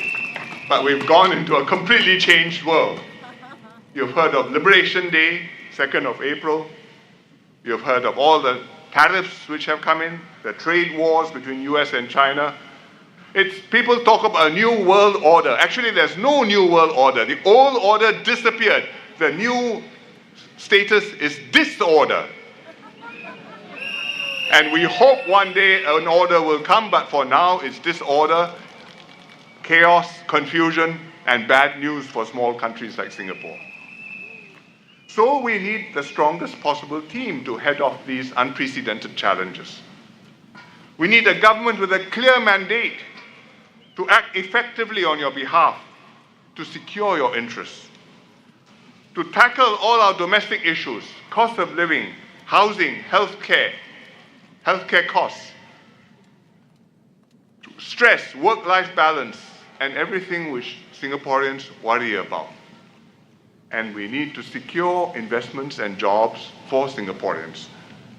Because if we don't have jobs, if we don't have the economy growing, I think everything else is much harder. But unfortunately, getting investments and jobs is going to be much harder than before. First, all the MNCs are holding back, unsure what's going to happen, hesitating, wait and see. So the numbers of investment projects are already less. Secondly, with the disruptions and the confusions, they will think very carefully, where do I put these investments? And they will ask themselves, if I put it into Singapore, how stable is the government?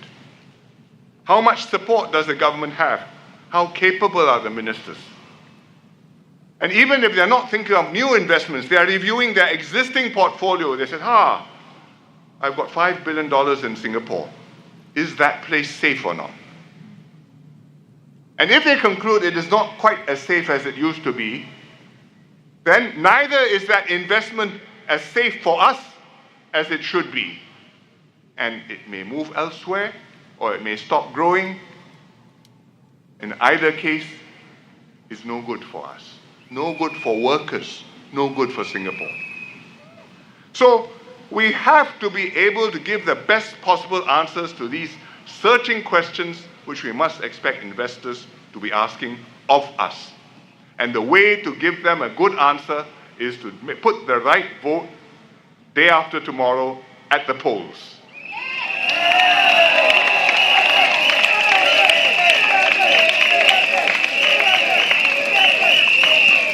Investors are not the only ones who look at us and scrutinize us. Other countries do too. We have to hold our own internationally. We are a small country.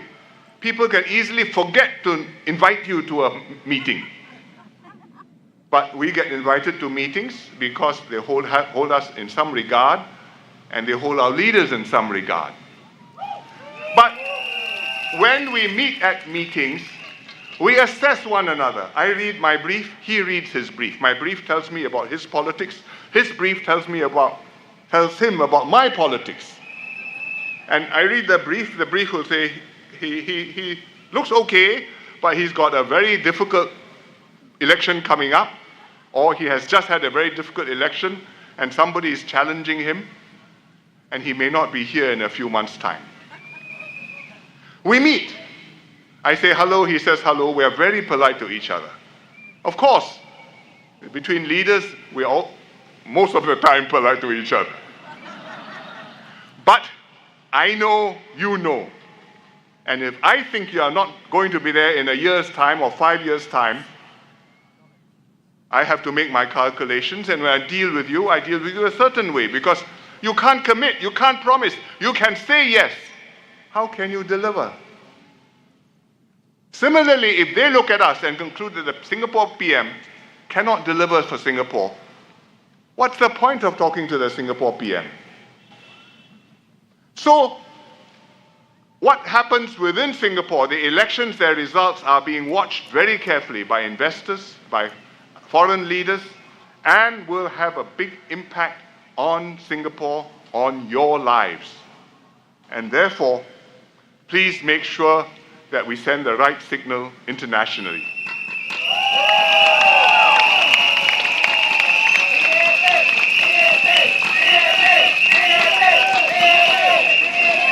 This exceptional state of affairs is our superpower. Other people can see it. Can they imitate it? You try. Cannot. It takes 60 years to build and to come here. You lose it, it's gone, and we will have lost it too. Keep it. I ask for your help to keep Singapore exceptional, to keep your government exceptional. Not to reward the PAP for anything which it may have done, but for your own sake, because to deal with this world, to succeed in this world, you need an exceptional team and an exceptional quality of government. And the PAP will do our best to provide you that.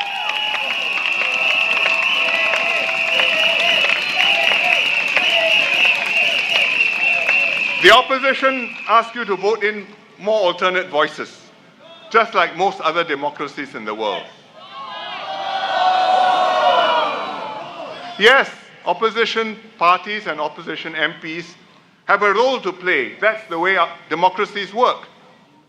And the PAP accepts that opposition MPs will, for the foreseeable future, be in the parliament. They are here to stay. They are not going to disappear. We fight in every constituency, including the opposition wards. We know that we have a tough job. We fight, and we expect that they will still be there after the election in quite a number of places. So we welcome alternative voices to speak up. We listen to all of them, and if they make sense, we will take the views in wherever they may come from. But if we become an ordinary country, an ordinary democracy, then our performance, I can tell you, will become ordinary. And you'd have to be prepared for that. And if our performance is ordinary, many of the things we have gotten used to, the quality of education, the quality of housing, the quality of healthcare, the quality of government, the standing in the world, your red passport will not be the same as before. So there are no lack of examples of what can go wrong in ordinary democracies. It doesn't mean if you have more opposition MPs, everything becomes fine in the country. In fact, more things can go wrong. You have divisions, you have factions, you have constant turnover of leaders. Your policies chop and change. One government comes in, he says, I join climate change, I subscribe to that. Next government comes in and says, I leave the treaty. Next government comes back, maybe it joins again. Where is the country going to go? How can I calculate on you? There'll be no long-term plans. So if big countries do this, well, maybe they muddle along, one day they come out from the troubles. If Singapore does this, we go into these troubles, we will never come out. It would have been very different the last 60 years, and we would not have made it here today.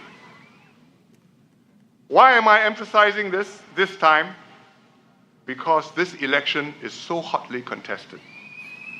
And all the opposition parties are making the same pitch. PAP is good. The PAP should form the next government. But please give me a few more seats. We can check them harder, make them even better. Don't worry, I won't turn them out. You will still have them as government.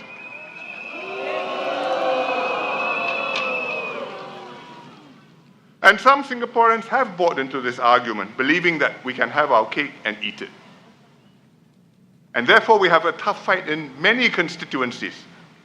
And many experienced ministers and MPs face intense contests, as well as quite a few promising new candidates. So this year's election outcome makes all the difference for our future. It's not whether we win a few more seats or a few less seats for the PAP. Just suppose we lost a few more GRCs and a few more ministers and promising new MPs. What signal would we be sending to the world? What would happen to our chances of seeing through these troubles safely? How would this help us to protect jobs, secure fresh investments, make better plans, build a better future for ourselves. Please think about all these. Tomorrow is cooling off day. Wake up calmly, think about it calmly before you vote on Saturday.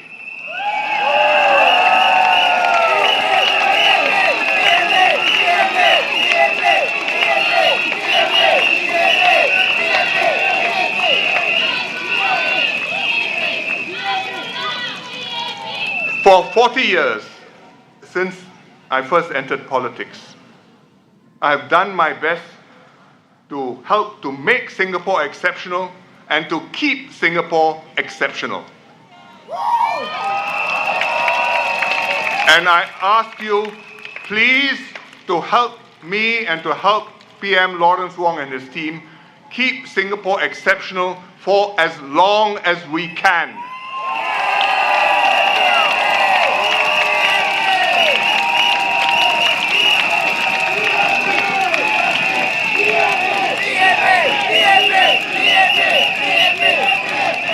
This will always require capable, committed,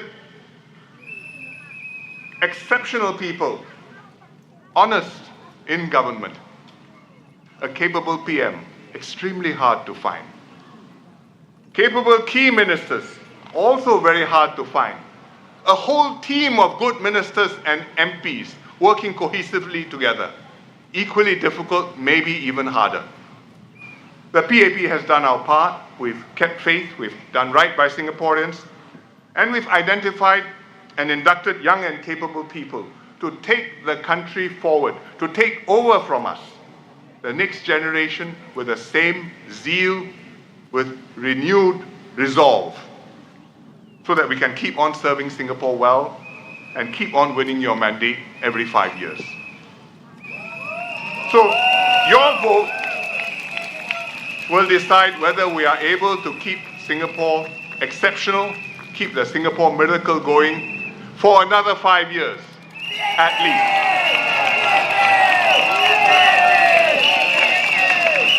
Help us to do this, just as our predecessors and our forebears worked together to do this, so that our children and our grandchildren can inherit a much better Singapore than we have been able to have. And let them take our nation forward for many years to come. Thank you very much, and Majulah Singapura.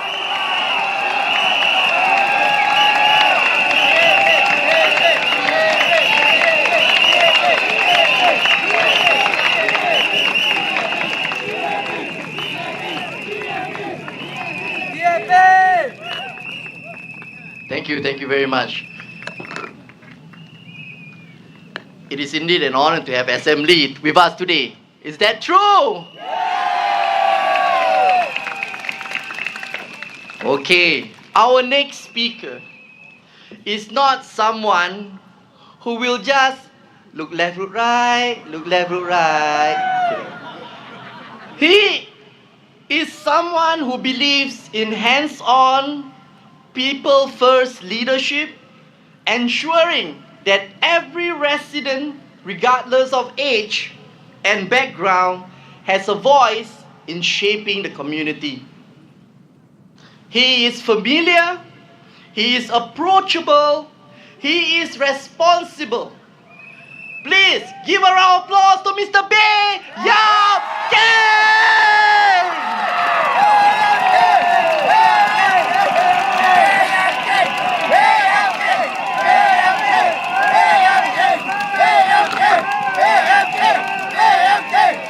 Dear residents, friends, and fellow Singaporeans,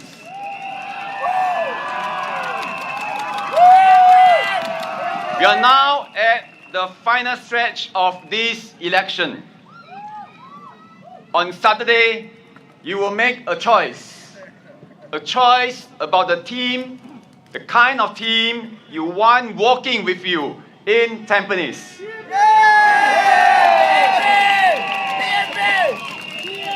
This is the toughest contest I faced since I entered politics in 2006. And I do not take for granted that we will be re-elected. So I want to make a personal appeal to you to let us continue to work with you and to work for you.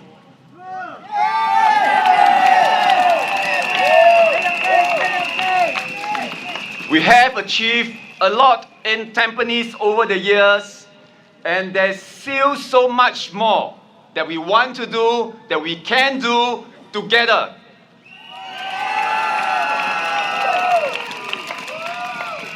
You know me and my team well. I served in Tampines for 14 years, 1/4 of my life.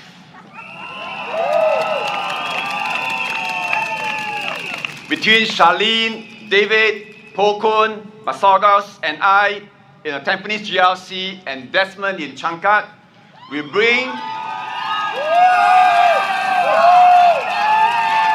more than 50 years of walking the ground and meeting residents' needs. Tampines is like a second home to us. You are like family. We have seen your kids grow up and even start families of their own. I still remember when I first came to Tampines in 2011, a resident told me, "Mr. Bay, you look very tired. Go home and rest. Then you help us fix the lift tomorrow." That comment stayed with me till today, because trust isn't built in speeches. It is built by showing up and doing the work.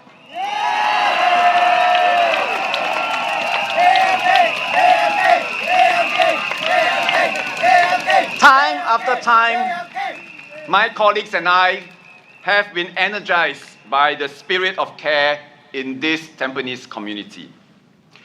During COVID, we delivered food packs to families in Tampines. Residents sold and gave out reusable masks. Some helped children get laptops and Wi-Fi so that they do not fall behind in school. We organized Zoom birthday parties, and I hosted online Kahoot games so that residents can still get together even though we can't meet face to face. This wasn't the government plan, that was you. This is Tampines.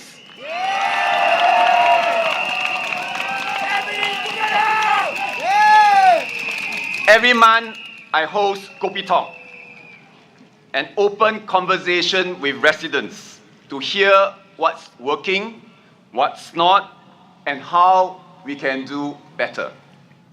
Many of the improvements you see today began with those honest conversations.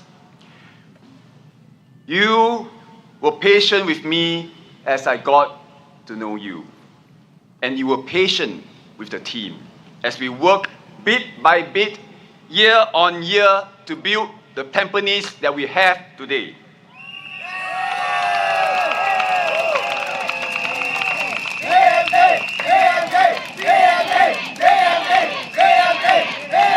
Tampines is the shining beacon in the east, the first cycling town, first eco town, and home to our Tampines hub.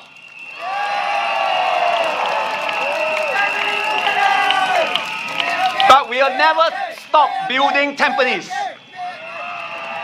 Never stop improving Tampines. We roll out programs for seniors, for families, for youth. We upgraded playgrounds, fitness and residence corners, and community clubs. We transformed Sungai Tampines into a naturalized river with rain gardens and viewing decks. We built over 2 kilometers of sheltered linkways. And when new residents shared with us that the new BTO lift lobbies felt too harsh in red color, we acted. We repainted our whole cluster.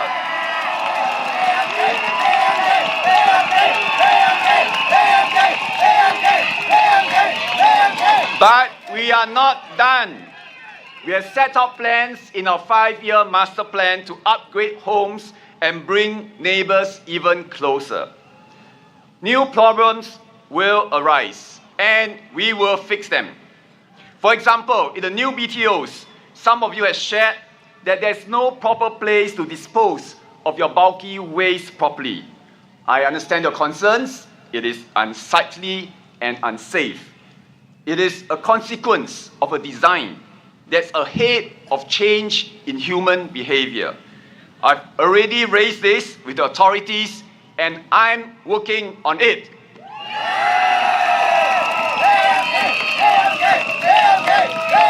If you choose us again this GE, I will take over as chairman of Tampines Town Council.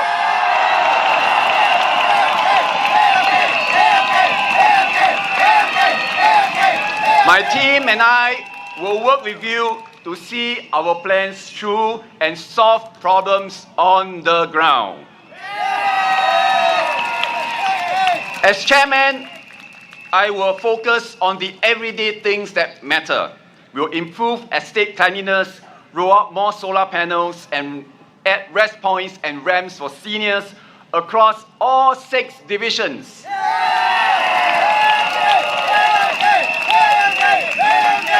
I will also do more to communicate better with residents, understand your feedback, and act on them.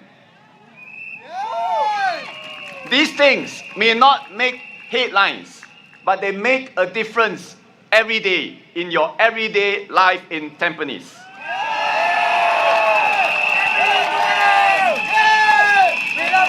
We are not just familiar faces. We are the team you already trust. Many of you have our emails, and we have yours. You are also in my team's WhatsApp broadcast list. Tampines is home, our home. And home means the warmth of family. We want to continue building these relationships among families, among neighbors, and across generations. These are bonds built not just in 9 days of a campaign, but in decades of service and trust.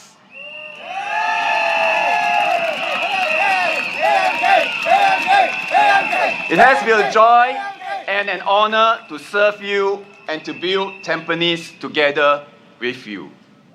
We humbly ask you to let us serve you again.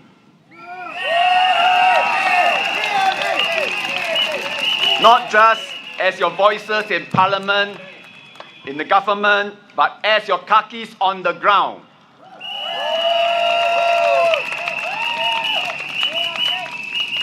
On Saturday, please let us return home with you.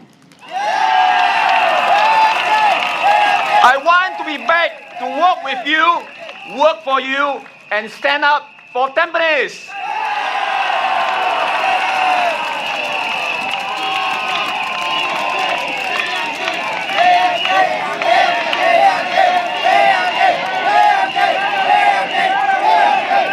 亲爱的淡滨尼居民，各位新加坡同胞，大家好，我是马延庆。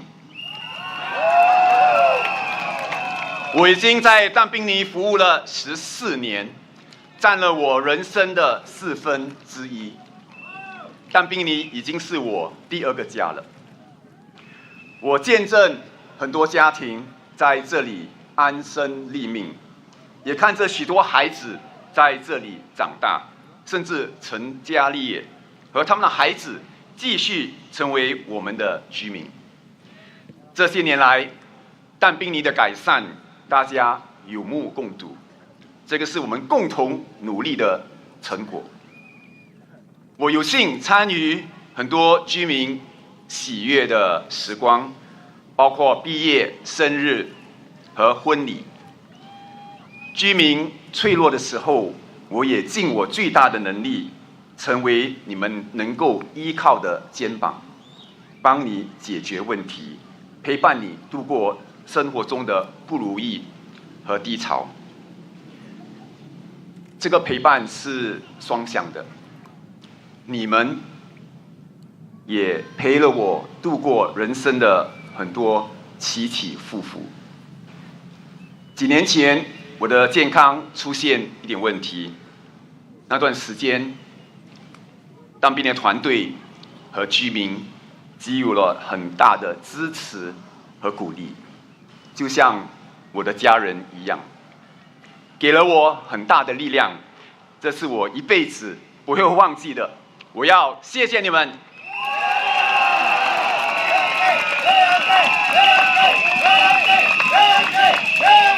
我和我的团队长期在这里服务，我们很熟悉你们的喜好，我们一直尽力满足你们的需求。你一滑手机就可以找到我。当然，这个过程不可能是完美的，社区在改变，新的族区越来越多，我们时不时会面对新的挑战和问题。可是我能保证的是，我们一旦发现问题，就会尽快去处理和解决。有些事情需要多一些时间来协调，居民也往往很愿意给予耐心和理解，因为居民知道我们已经在努力中，这个是我们之间多年来的默契和信任。我和我的团队承诺，我们会为所有的但宾尼居民服务，无论种族、年龄和背景，我们都是一家人。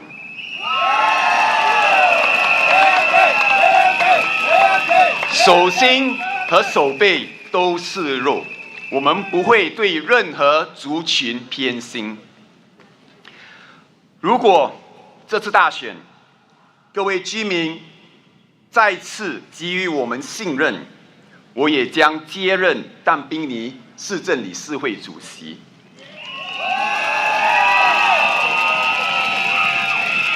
我和我的团队将继续与你携手，落实我们的承诺，也尽量解决你们关心的社区问题。能够为你们服务，与你们一起建设但宾尼，带给我很大的喜悦和满足感，这是我的荣幸，我很感恩。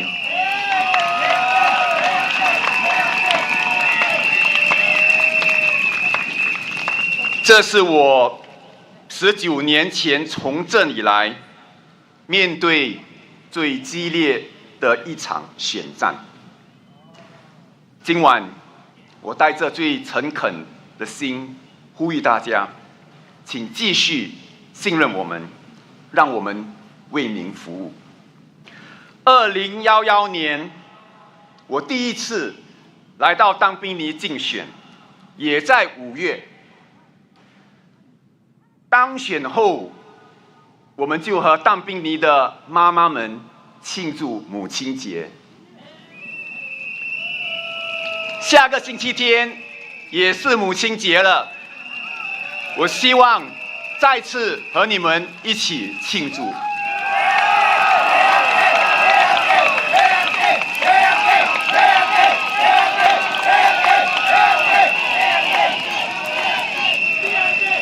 让我们一起回家吧，我们要继续守护这个家，继续在但宾尼和你并肩在一起。我们会为你、为你们、为你家人、为你但宾尼不断努力。请支持人民行动党，请支持我们，请投我们一票。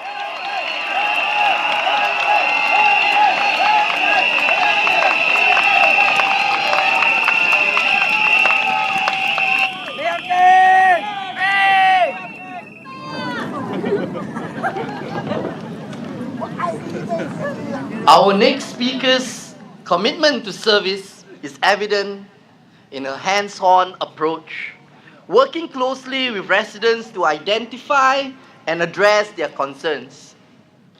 She embodies a leadership style that combines empathy with action, ensuring every voice in the community is heard and valued.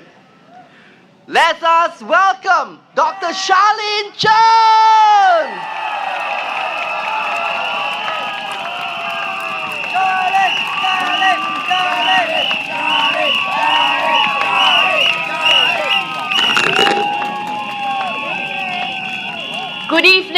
fellow Singaporeans, and my dear Tampines residents, seeing all of you here tonight is so encouraging. Thank you for coming here tonight.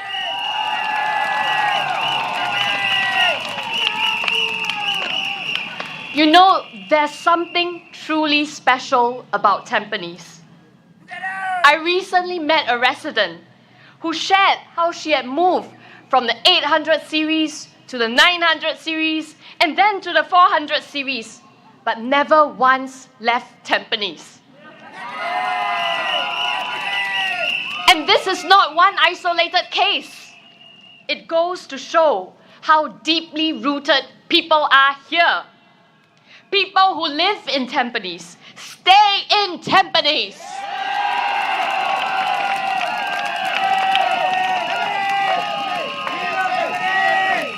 Why?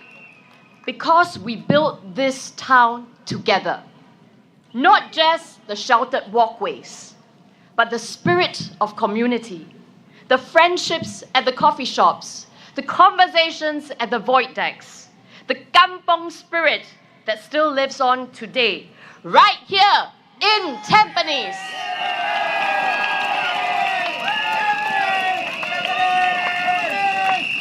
These things didn't appear overnight.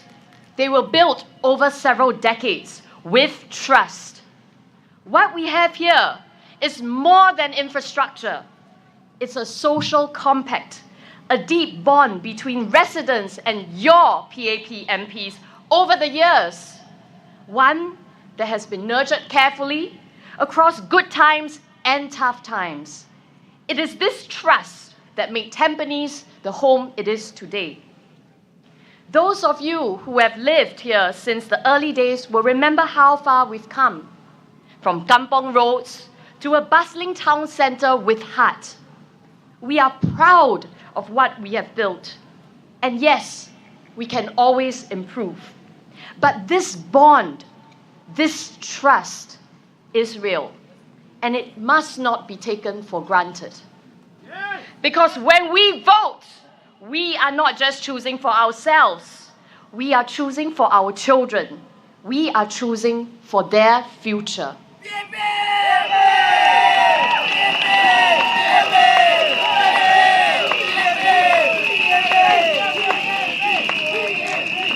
As a parent, I know this truth. The moment we become parents, our children become the center of our universe. Our worries shift, our decisions carry more weight. We think about schools, their dreams, and how to protect them. Many of us are part of the sandwich generation, raising young children, supporting aging parents, and trying to hold everything together. It's not easy. And in times like these, every choice matters. This election, do we continue with steady hands and clear direction, or do we risk everything we have built together? Remember that the boat isn't just ours. Our children are in it too. This is not about making a statement. It's about making a wise, thoughtful choice for your family's future.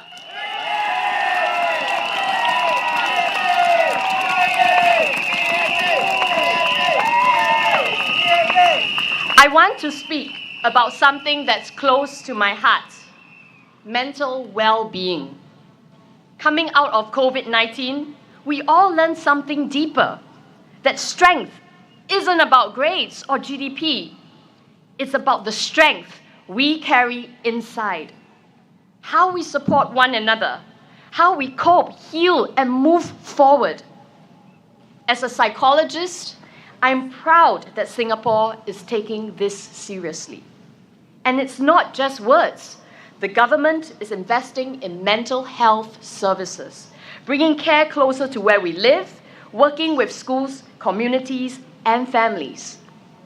Last year, I started chit-chat sessions with our young people, a platform where they can express how they feel and share about their challenges. We will do more to create support systems in the community where people can go to for help. I believe that a resilient people makes a resilient nation, and I make this my personal mission to help us get there.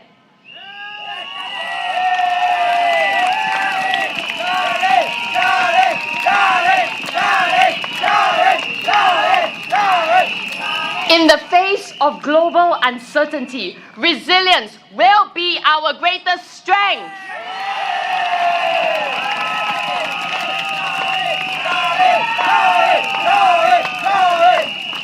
Some people ask me, "You're new to politics. Why step in now?" The answer is simple. Over the past year, I've listened to your hopes and your fears. The young person unsure about their job prospects, the caregiver who seems strong on the outside but is exhausted inside. These aren't just statistics to me. These are conversations I carry with me, and I've acted. I met a resident who came to us for help with finding a job.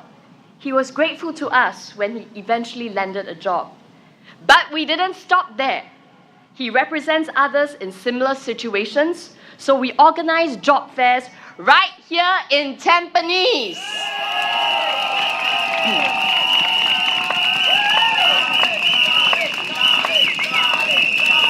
We connected job seekers with real opportunities. In the most recent job fair in Tampines East, 95 came and 25 got jobs on the spot. So we plan to organize more.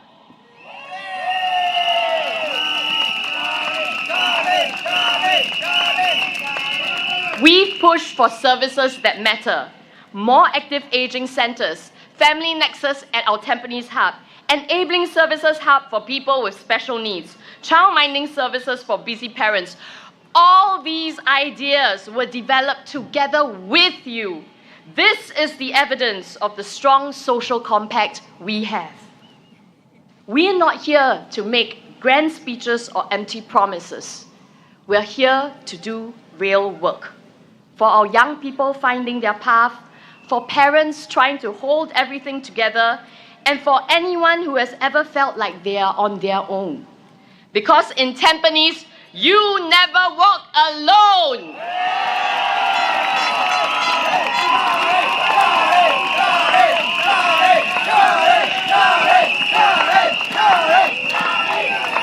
We've been working alongside you for years, and we'll keep building this together. Yesterday, an uncle told me something that encouraged me. He said this: "Where else in the world can you see your MP, your minister, and even your prime minister walking the ground?" He's right. In Singapore, your leaders are accessible, not just to hear you, but to work with you, to build community together. So tonight, we ask for your trust. Let's protect what we've built. Let's treasure the community we call home. Let's invest in a future that lives not just our families, but generations to come.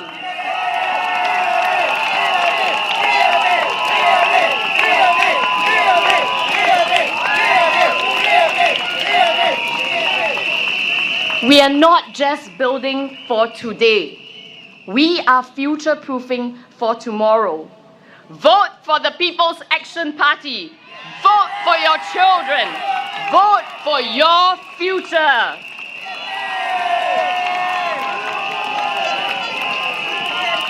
Thank you, my Tampines family. I look forward to making this my second home.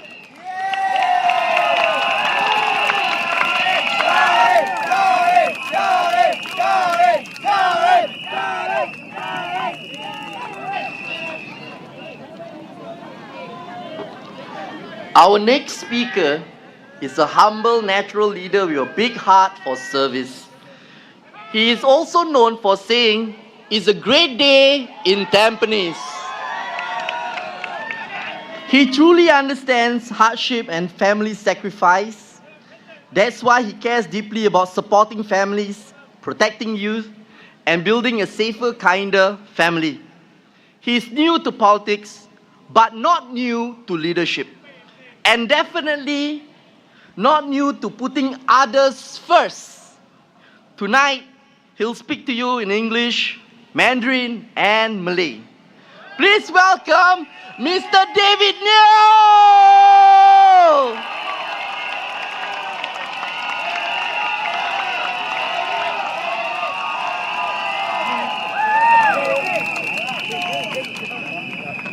It's a great day to be in Tampines.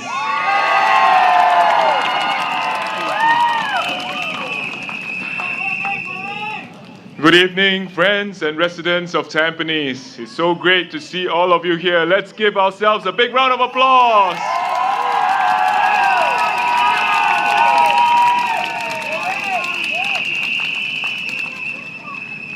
Every time I walk through our neighborhoods, through the markets, playgrounds, and homes, I'm reminded of just how special this Tampines community that we have built together is. This election will be a close fight. Every vote matters. And we humbly ask for your support so that we can continue the work of building and caring for Tampines, our Tampines, together.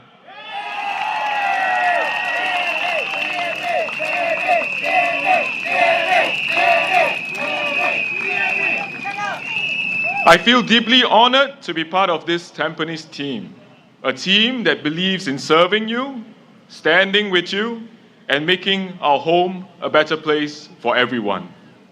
Over the past few weeks, I've been visiting many of you in your homes.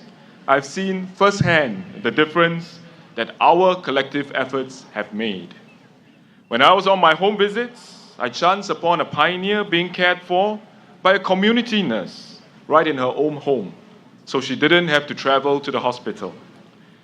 I visited Sparkle Tots at Block 647 and saw their playtime and learning alongside the seniors living next door at St. Andrew's Nursing Home.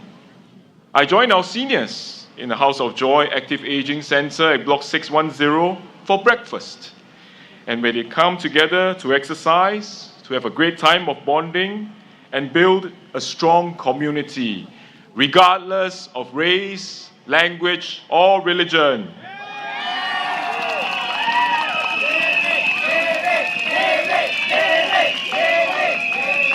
These simple and powerful connections didn't happen by chance. Years ago, when I was at the Silver Generation office, we planted some of these ideas together with our Tampines MPs. But it is through the hard work and love of our Tampines MPs, community volunteers, and all of you that they have become reality. We have grown the number of active aging centers in Tampines to 9, and we also have 2 polyclinics to serve our seniors right here in the community. And we know that more can be done. I recently met a remarkable 99-year-old pioneer, spirited, lively, and she shared with me how lonely she feels sometimes. And it reminds us that beyond programs and policies, we must build a caring community. A Tampines where we look out for one another, where we leave no one behind.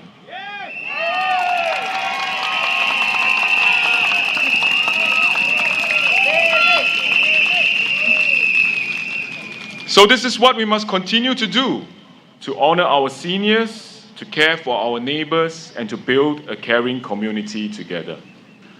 Our seniors often tell me how grateful they are for the transformation they have witnessed in Tampines. The homes, the parks, the connections we have built between people, thanks to the hard work of past generations of Tampines PAP MPs. But some of them also voice their worries. They worry that our young voters might be swayed by promises that sound sweet. But here, I must say, I have faith in our young people. In my past roles, I've dedicated much time to engage our youth. And to our youth, I've seen your passion, your clarity, and your deep sense of responsibility for Singapore's future. You want to see practical plans and leadership that build jobs, homes, education, healthcare, supportive families. Leadership that secures a future where you can realize your dreams and grow strong families. And you will look at all the plans put forth by different parties, and you will decide which one is worth voting for. One young Tampines resident asked me recently, why is there so much interest in Tampines suddenly for this election? And what should we make of it? I told the resident, in a healthy democracy, all parties have the right to contest. That is a good thing. And in a mature democracy, voters must also discern why they come, what they stand for, and what can they deliver. For this team in Tampines, our promise is simple. We are here to listen to you, to serve you.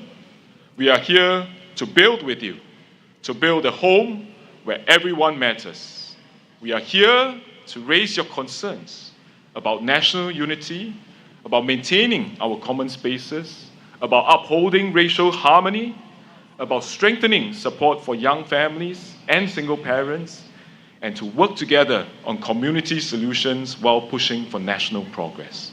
And we have put forth our plans for Tampines, concrete plans that will enhance our model town and grow our caring community. Service for us is about walking the journey with you, listening to you, understanding your frustrations, planning with you, making things better, and getting things done.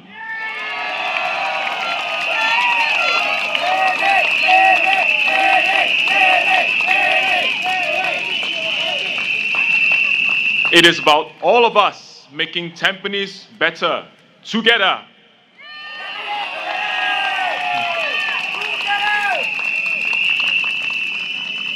To all our young people, you are not just the leaders of tomorrow, you are the decision makers of today. We believe in you, and we know you will see clearly, you will choose wisely.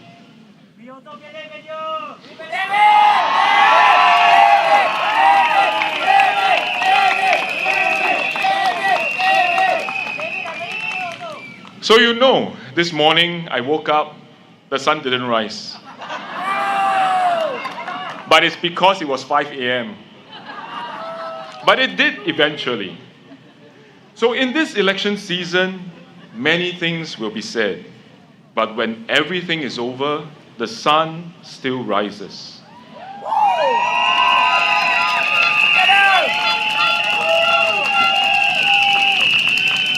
And my hope is that when all this is over, we stay united as one people, together as one Tampines. Because the challenges that we face will still be there, but we can overcome them together as one people, one nation, one Singapore.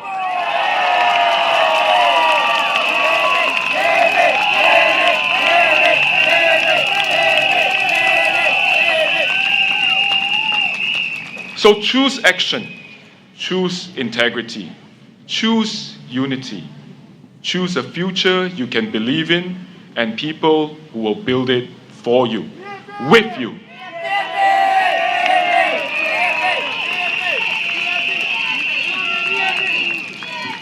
So vote for the team that builds, vote for the team that delivers. Vote for the team that will serve you and work to make your everyday great. Vote for the PAP.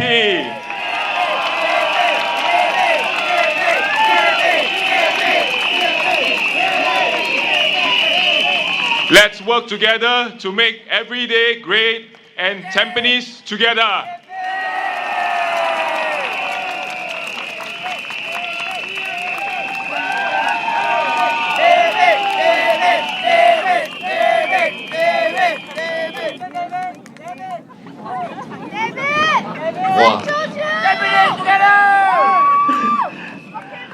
Our next speaker is not just a national figure.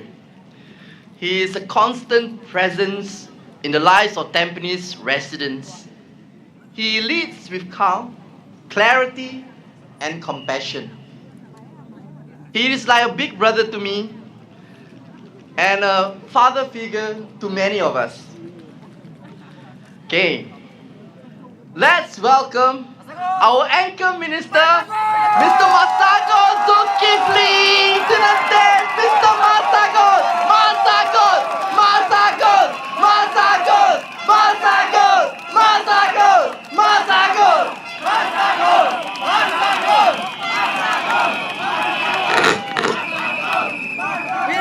Dear residents of Tampines,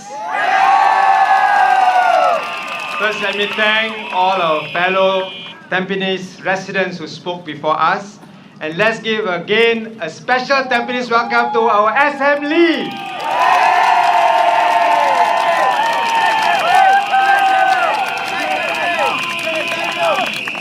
Allow me to begin in our national language.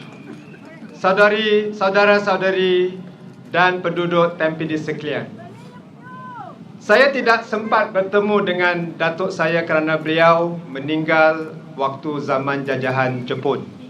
Tapi saya selalu dengar tentang ceritanya dari anak saudaranya.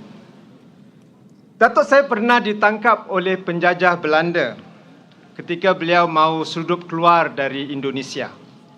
Ketika itu seorang memberi nasihat, jangan beritahu mereka kamu orang Jawa, beritahu mereka kamu orang Melayu. Kerana waktu itu penjajah Belanda selalu memberi layanan yang paling buruk kepada orang Jawa. Tapi ketika beliau masuk ke penjara, beliau terperanjat melihat seorang yang dipenjarakan bersama dengan senjata-senjatanya. Sempat beliau bertanya dengan tahanan tersebut, rupanya seorang alim, seorang pejuang dari Jambi. Datuk saya bertanya, bagaimana kamu masuk penjara dengan senjata kamu? Pejuang itu menjawab, dahulu saya pernah perang dengan Belanda. Saya hidup. Saya ahli perang, tapi pengikut saya banyak yang meninggal. Beliau tidak sanggup lagi melihat lebih ramai rakyat biasa menderita dan mati kerana keputusan dia sendiri. Lalu dia menyerah diri dengan satu syarat, senjatanya dapat dihimpun bersamanya dalam penjara. Itulah satu tanda maruah perjuangannya. Itulah satu nilai yang tersemat dalam hati saya. Jangan mengorbankan rakyat kita, jangan mengorbankan masyarakat kita untuk kepentingan diri. Seharusnya kita berkorban diri kita untuk masyarakat, bukan sebaliknya. Itulah yang saya dididik semasa membesar. Sebarkan kesejahteraan untuk semua, tidak kira bangsa atau agama. Bantu orang susah, selamatkan orang yang terancam, bina kepercayaan antara masyarakat. Ketika saya aktif dalam Persatuan Perdaus dahulu, saya juga menyuruh masyarakat Islam supaya memberi kebaikan kepada semua manusia, termasuk mereka di luar negeri. Kerana itulah Mesir Relief tertubuh. Dan sebab atas dasar itu jugalah apabila PM ketika itu Encik Lee Hsien Loong mengajak saya bersama menyertai beliau dalam usaha membangun negara dan masyarakat, saya menyahut panggilan beliau 19 tahun lalu. Terima kasih Encik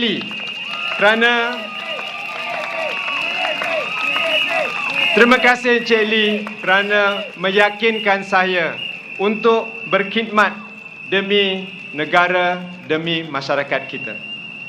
5 tahun lalu saya mengambil alih tugas daripada Dr. Yaakob Ibrahim, seorang tokoh kita juga yang banyak berjasa kepada masyarakat kita. Walaupun beliau sering dikecam, beliau tetap sabar, beliau beristiqamah. Begitu juga Encik Abdullah Tarmugi.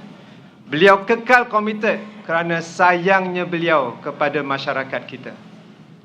Kita sedar masih banyak yang belum sempurna.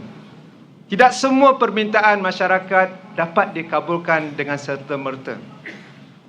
Saya mohon maaf jika ada perkara yang belum dapat ditunaikan. Namun, pemerintah akan terus berusaha. Kami akan terus mendengar, berdialog agar segala permasalahan masyarakat kita diselesaikan sebaik mungkin walau sesukar mana pun. Kerana jasa pemimpin-pemimpin sebelum kita, masyarakat kita telah bangun dengan lebih kukuh sejak berbanding daripada 60 tahun yang lalu.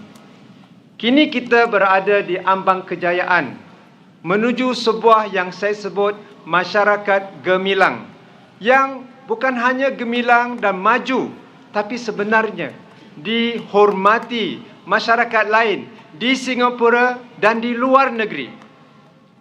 Menteri-menteri dari Kemboja, Filipina dan Thailand sendiri datang memohon kepada saya, bantulah kami bangunkan masyarakat gemilang di negara kami.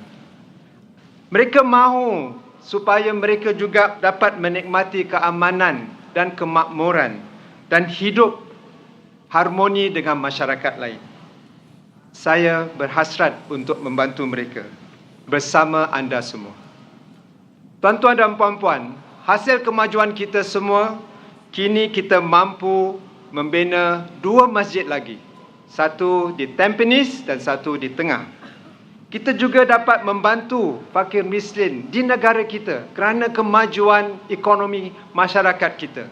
Tapi kita tidak melupakan penderitaan mangsa di Gaza. Setakat ini masyarakat kita telah dengan murah hati mereka dapat mengumpulkan $15 juta untuk mangsa kekejaman di Gaza. Terima kasih masyarakat Melayu Islam.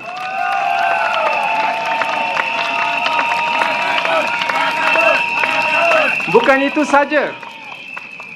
Kerana asatiza kita lebih bertauliah, mereka lebih bersedia untuk mengajar di institusi yang lebih tinggi.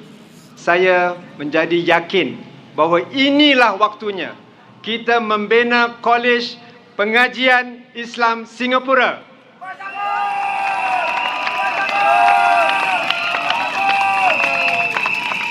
Dan kita harus memikirkan masa panjang. Sebab itulah wakaf masyarakat Singapura sedang dibangunkan dan akan menjadi tunjang utama supaya ada kesinambungan semua masjid-masjid yang kita telah bangunkan dan juga Kolej Islam kita nanti. Dengan bantuan anda, dengan kita bekerja bersama, kita akan kekalkan institusi tersebut. Sekarang izinkan saya mengakhiri dengan menyingkap sedikit perancangan 5 tahun mendatang.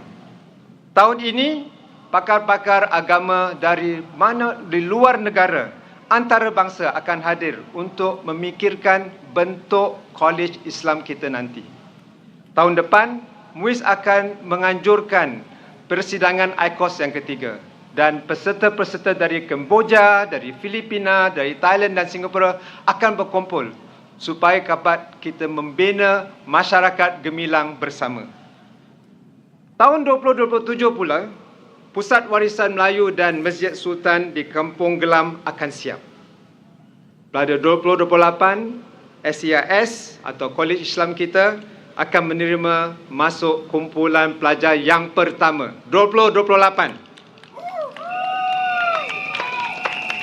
Dan pada tahun 2029, Tanjung Kantong Kompleks akan siap dan ia akan melengkapkan projek jalur budaya Gelang Serai. Tuan-tuan dan puan-puan, inilah saat yang menjadi kebanggaan masyarakat kita. Mari kita terus bina masyarakat yang makmur, maju dan disegani. Pasukan PAP Melayu Islam memohon dengan rendah hati sokongan anda yang padu dalam pilihan raya ini, supaya bersama kita dapat menyumbang kepada pembinaan masyarakat gemilang bukan hanya di Singapura yang diharapkan oleh rakan-rakan kita. Dan dengan rendah hati juga saya memohon kepada penduduk Tampines memberi kesempatan kepada saya dan pasukan PAP berkhidmat untuk anda sekali lagi. Kami mohon sokong padu anda. Undilah PAP.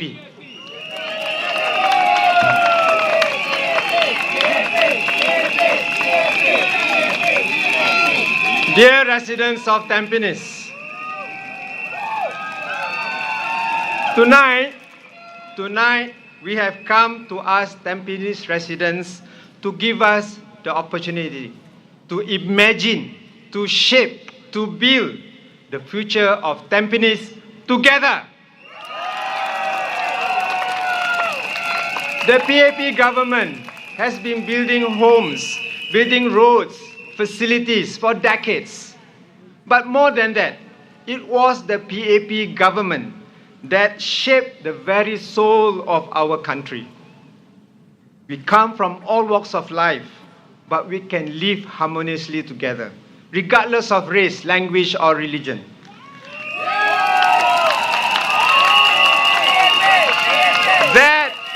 That was the founding idea of our founding father, Mr. Kuan Yu. And that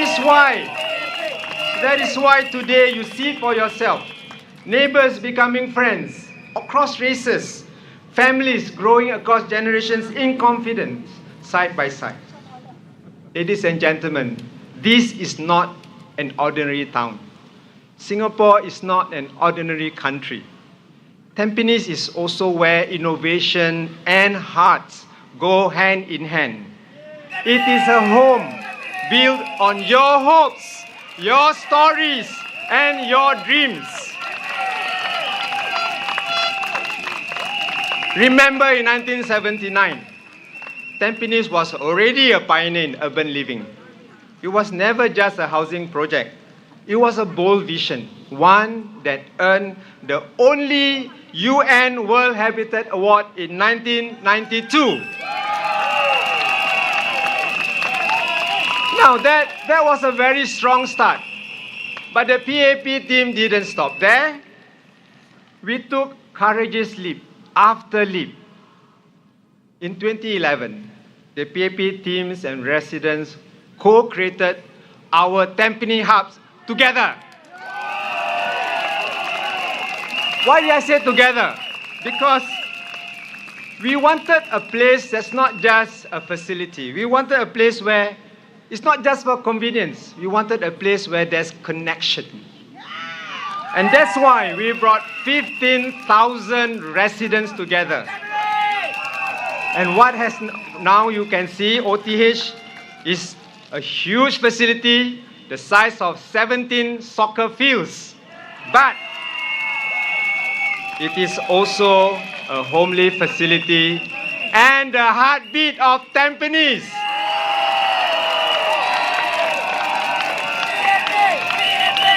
Now together, the PAP team has delivered. In 2015, the PAP team made another bold promise. We want to fill OTH, our Tampines hub, with life. No, you have a very big building, nobody comes around. It's called a white elephant. We want to have one where there's life, there's laughter, there's shared memories, a place where events bring us together. Today, after so many years, I still remember the year-end countdown, the fireworks, watching World Cup together. Actually, even before that, someone wondered if a shared space can really work. But it did, because today 1.4 million people pass through OTH every month. And why? Because what we created, not just a venue for events, we built a living, breathing community space, which is Tampines residents' way of life. Our promise in 2015, we delivered.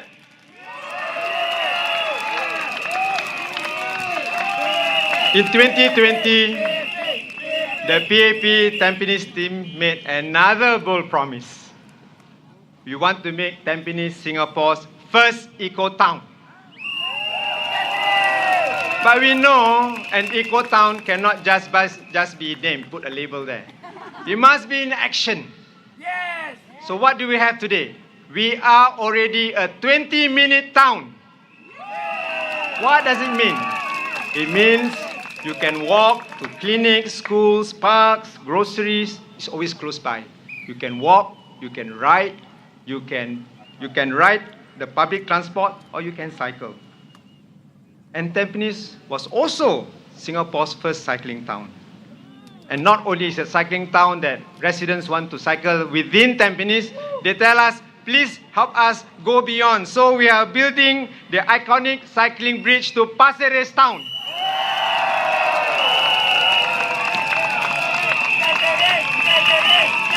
Now, this plan was so, everyone heard about it, that even a Temasek company came and said, let's do something even bigger.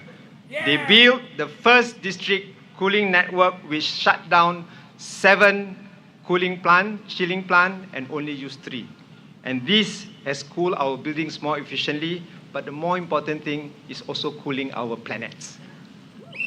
Now, ladies and gentlemen, we will continue to listen to you. We will continue to plan for facilities that reflect your dreams and aspirations. During house visits, and while getting to know many of you, one thing became clear. We are all getting older. Your children, your grandchildren, they are growing up.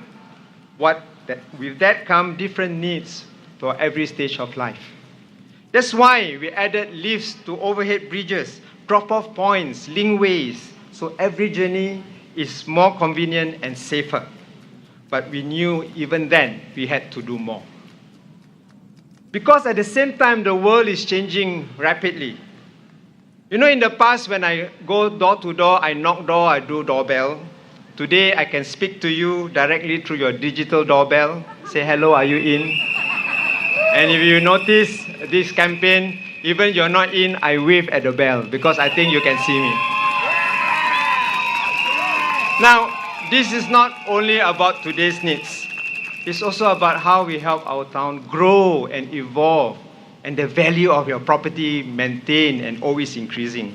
And more importantly, it's a vibrant city, a vibrant town, and relevant even for the next generation.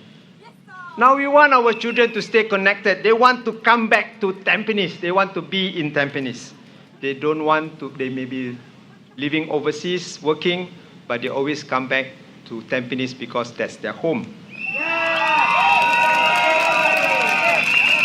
So, we want to do the next stage. What we will do? OTH, Vibrant Hub, Eco Town. Our next promise to you is to make Tampines a model town. What is a model town? At the heart of this is the reimagination of the Tampines Regional Town Centre. A people-first space that doesn't just serve but must inspire. And we're already building on a green and sustainable solution. We're going to have some interesting parties where between Tampines Mall and MRT station. And I hope that we all will come back with you to have this very special party that every town now wants to do. But also, it's not just the regional center. Across Tampines, we want to build model precincts. Each one will be an example what's possible when community comes together. Because when community comes together, magic happens. Now, work is already starting in our newer part of the town in Tampines Boulevard. And this model precinct will be overseen by Mr. Bie Yam Keng, who is our new town council chairman.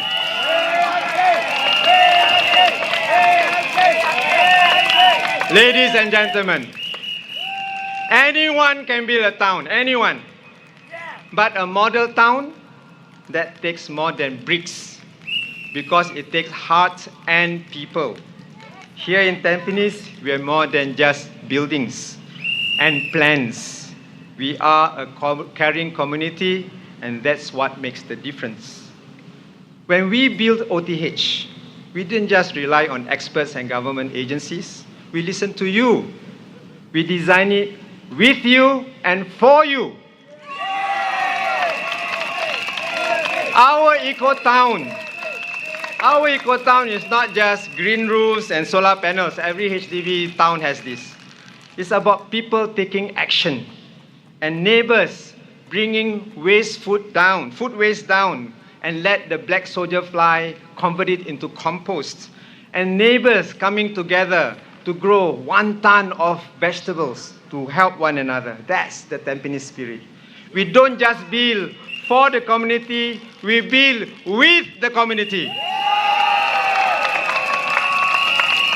Because in Tampines, people come first. And that's the PAP maxim. People come first.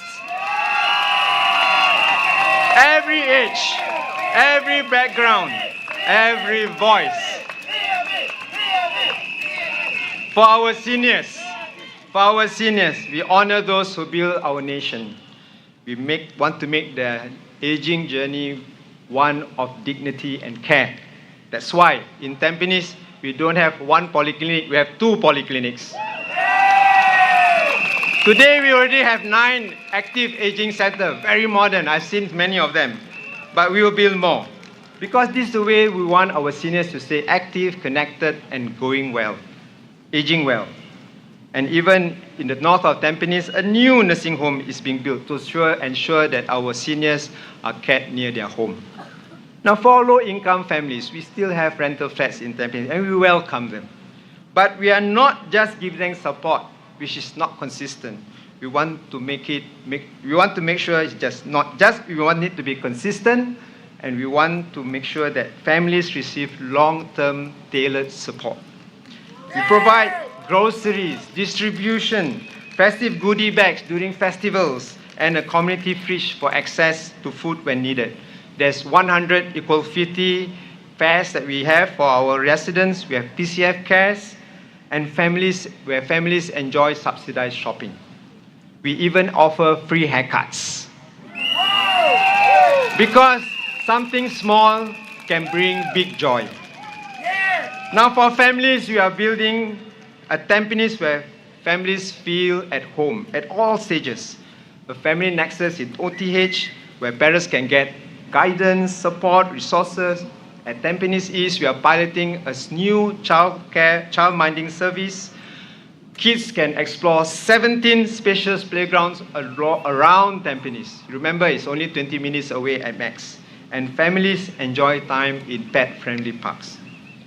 Even families with children with disabilities, there's the pilot enabling services hub in Tampines, because we want them to be part of us. We involve them in events like Shaping Hearts, which is led by Mayor Desmond Chu. We have Inclusivity Sports Festival. Our message is, in Tampines, our team makes sure everyone belongs. This, ladies and gentlemen, is our vision. This is our promise. This is our PAP Tampines 5-year plan, not just about buildings, about community. A forward-looking roadmap built on the strong foundation successive leadership have built. It reflects your vision, our shared vision, our effort, and we are setting it for the next chapter of Tampines as a model town shaped by a caring and connected community. So, I encourage you to ask around. It's not too late to stay informed and ask, what is the opposition going to do for Tampines? Well, at least one of them said, don't worry. We will take Masagos plan and implement it. I said to them, excuse me, that's my plan. And just because you have read the in-flight magazine doesn't mean you know how to fly the plane. Residents, I know you know the difference. With PAP Tampines, we have always moved forward, journeying side by side with you your ideas lighting the path. It's about putting you, the people, at the heart of everything we do. In the PAP, Tampines PAP team, we have a diverse group of candidates, each with unique backgrounds, unique strengths and experiences. Whether young parents, long-time community leaders, professionals with deep expertise, our team reflects the voices, values, and hopes of Tampines. We are equipped with the hardware, the knowledge, skills, and plans to build progress. And I've seen my teammates, their compassion, their empathy, their commitment to truly serve. Because representation is not just about a seat at the table. It's about someone who understands you, stands up for you, and works for you. And that's who we are. This is me and my PAP Tampines PAP team. Today, therefore, we ask you humbly, we need your support. We need your support. We can't do this alone. We need you. We need your votes. Give us the opportunity to serve you again. And we promise you this, and you know, when PAP wins, Tampines wins. So let's build Tampines together. Let's build a model town for a caring community. Thank you.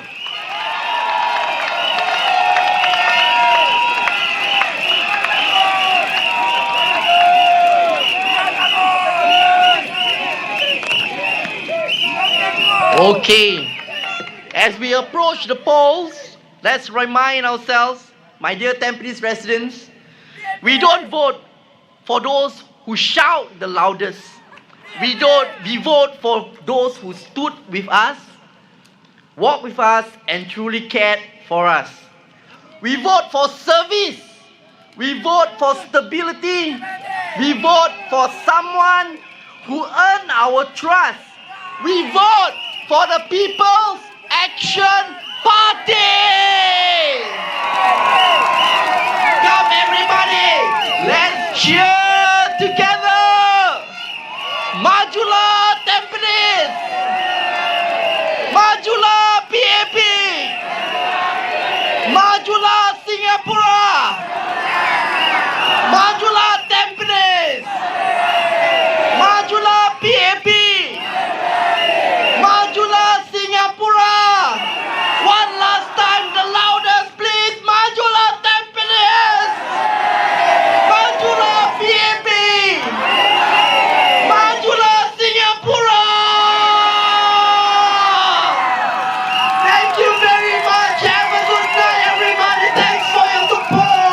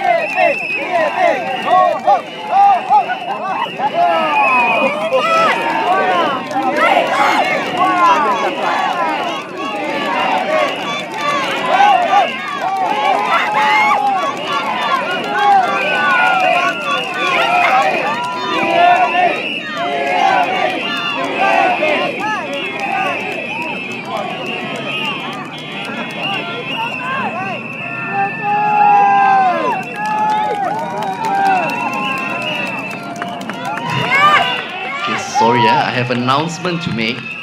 The police found an NRIC, right, by the name of Wendy in the rally site. Would you be able to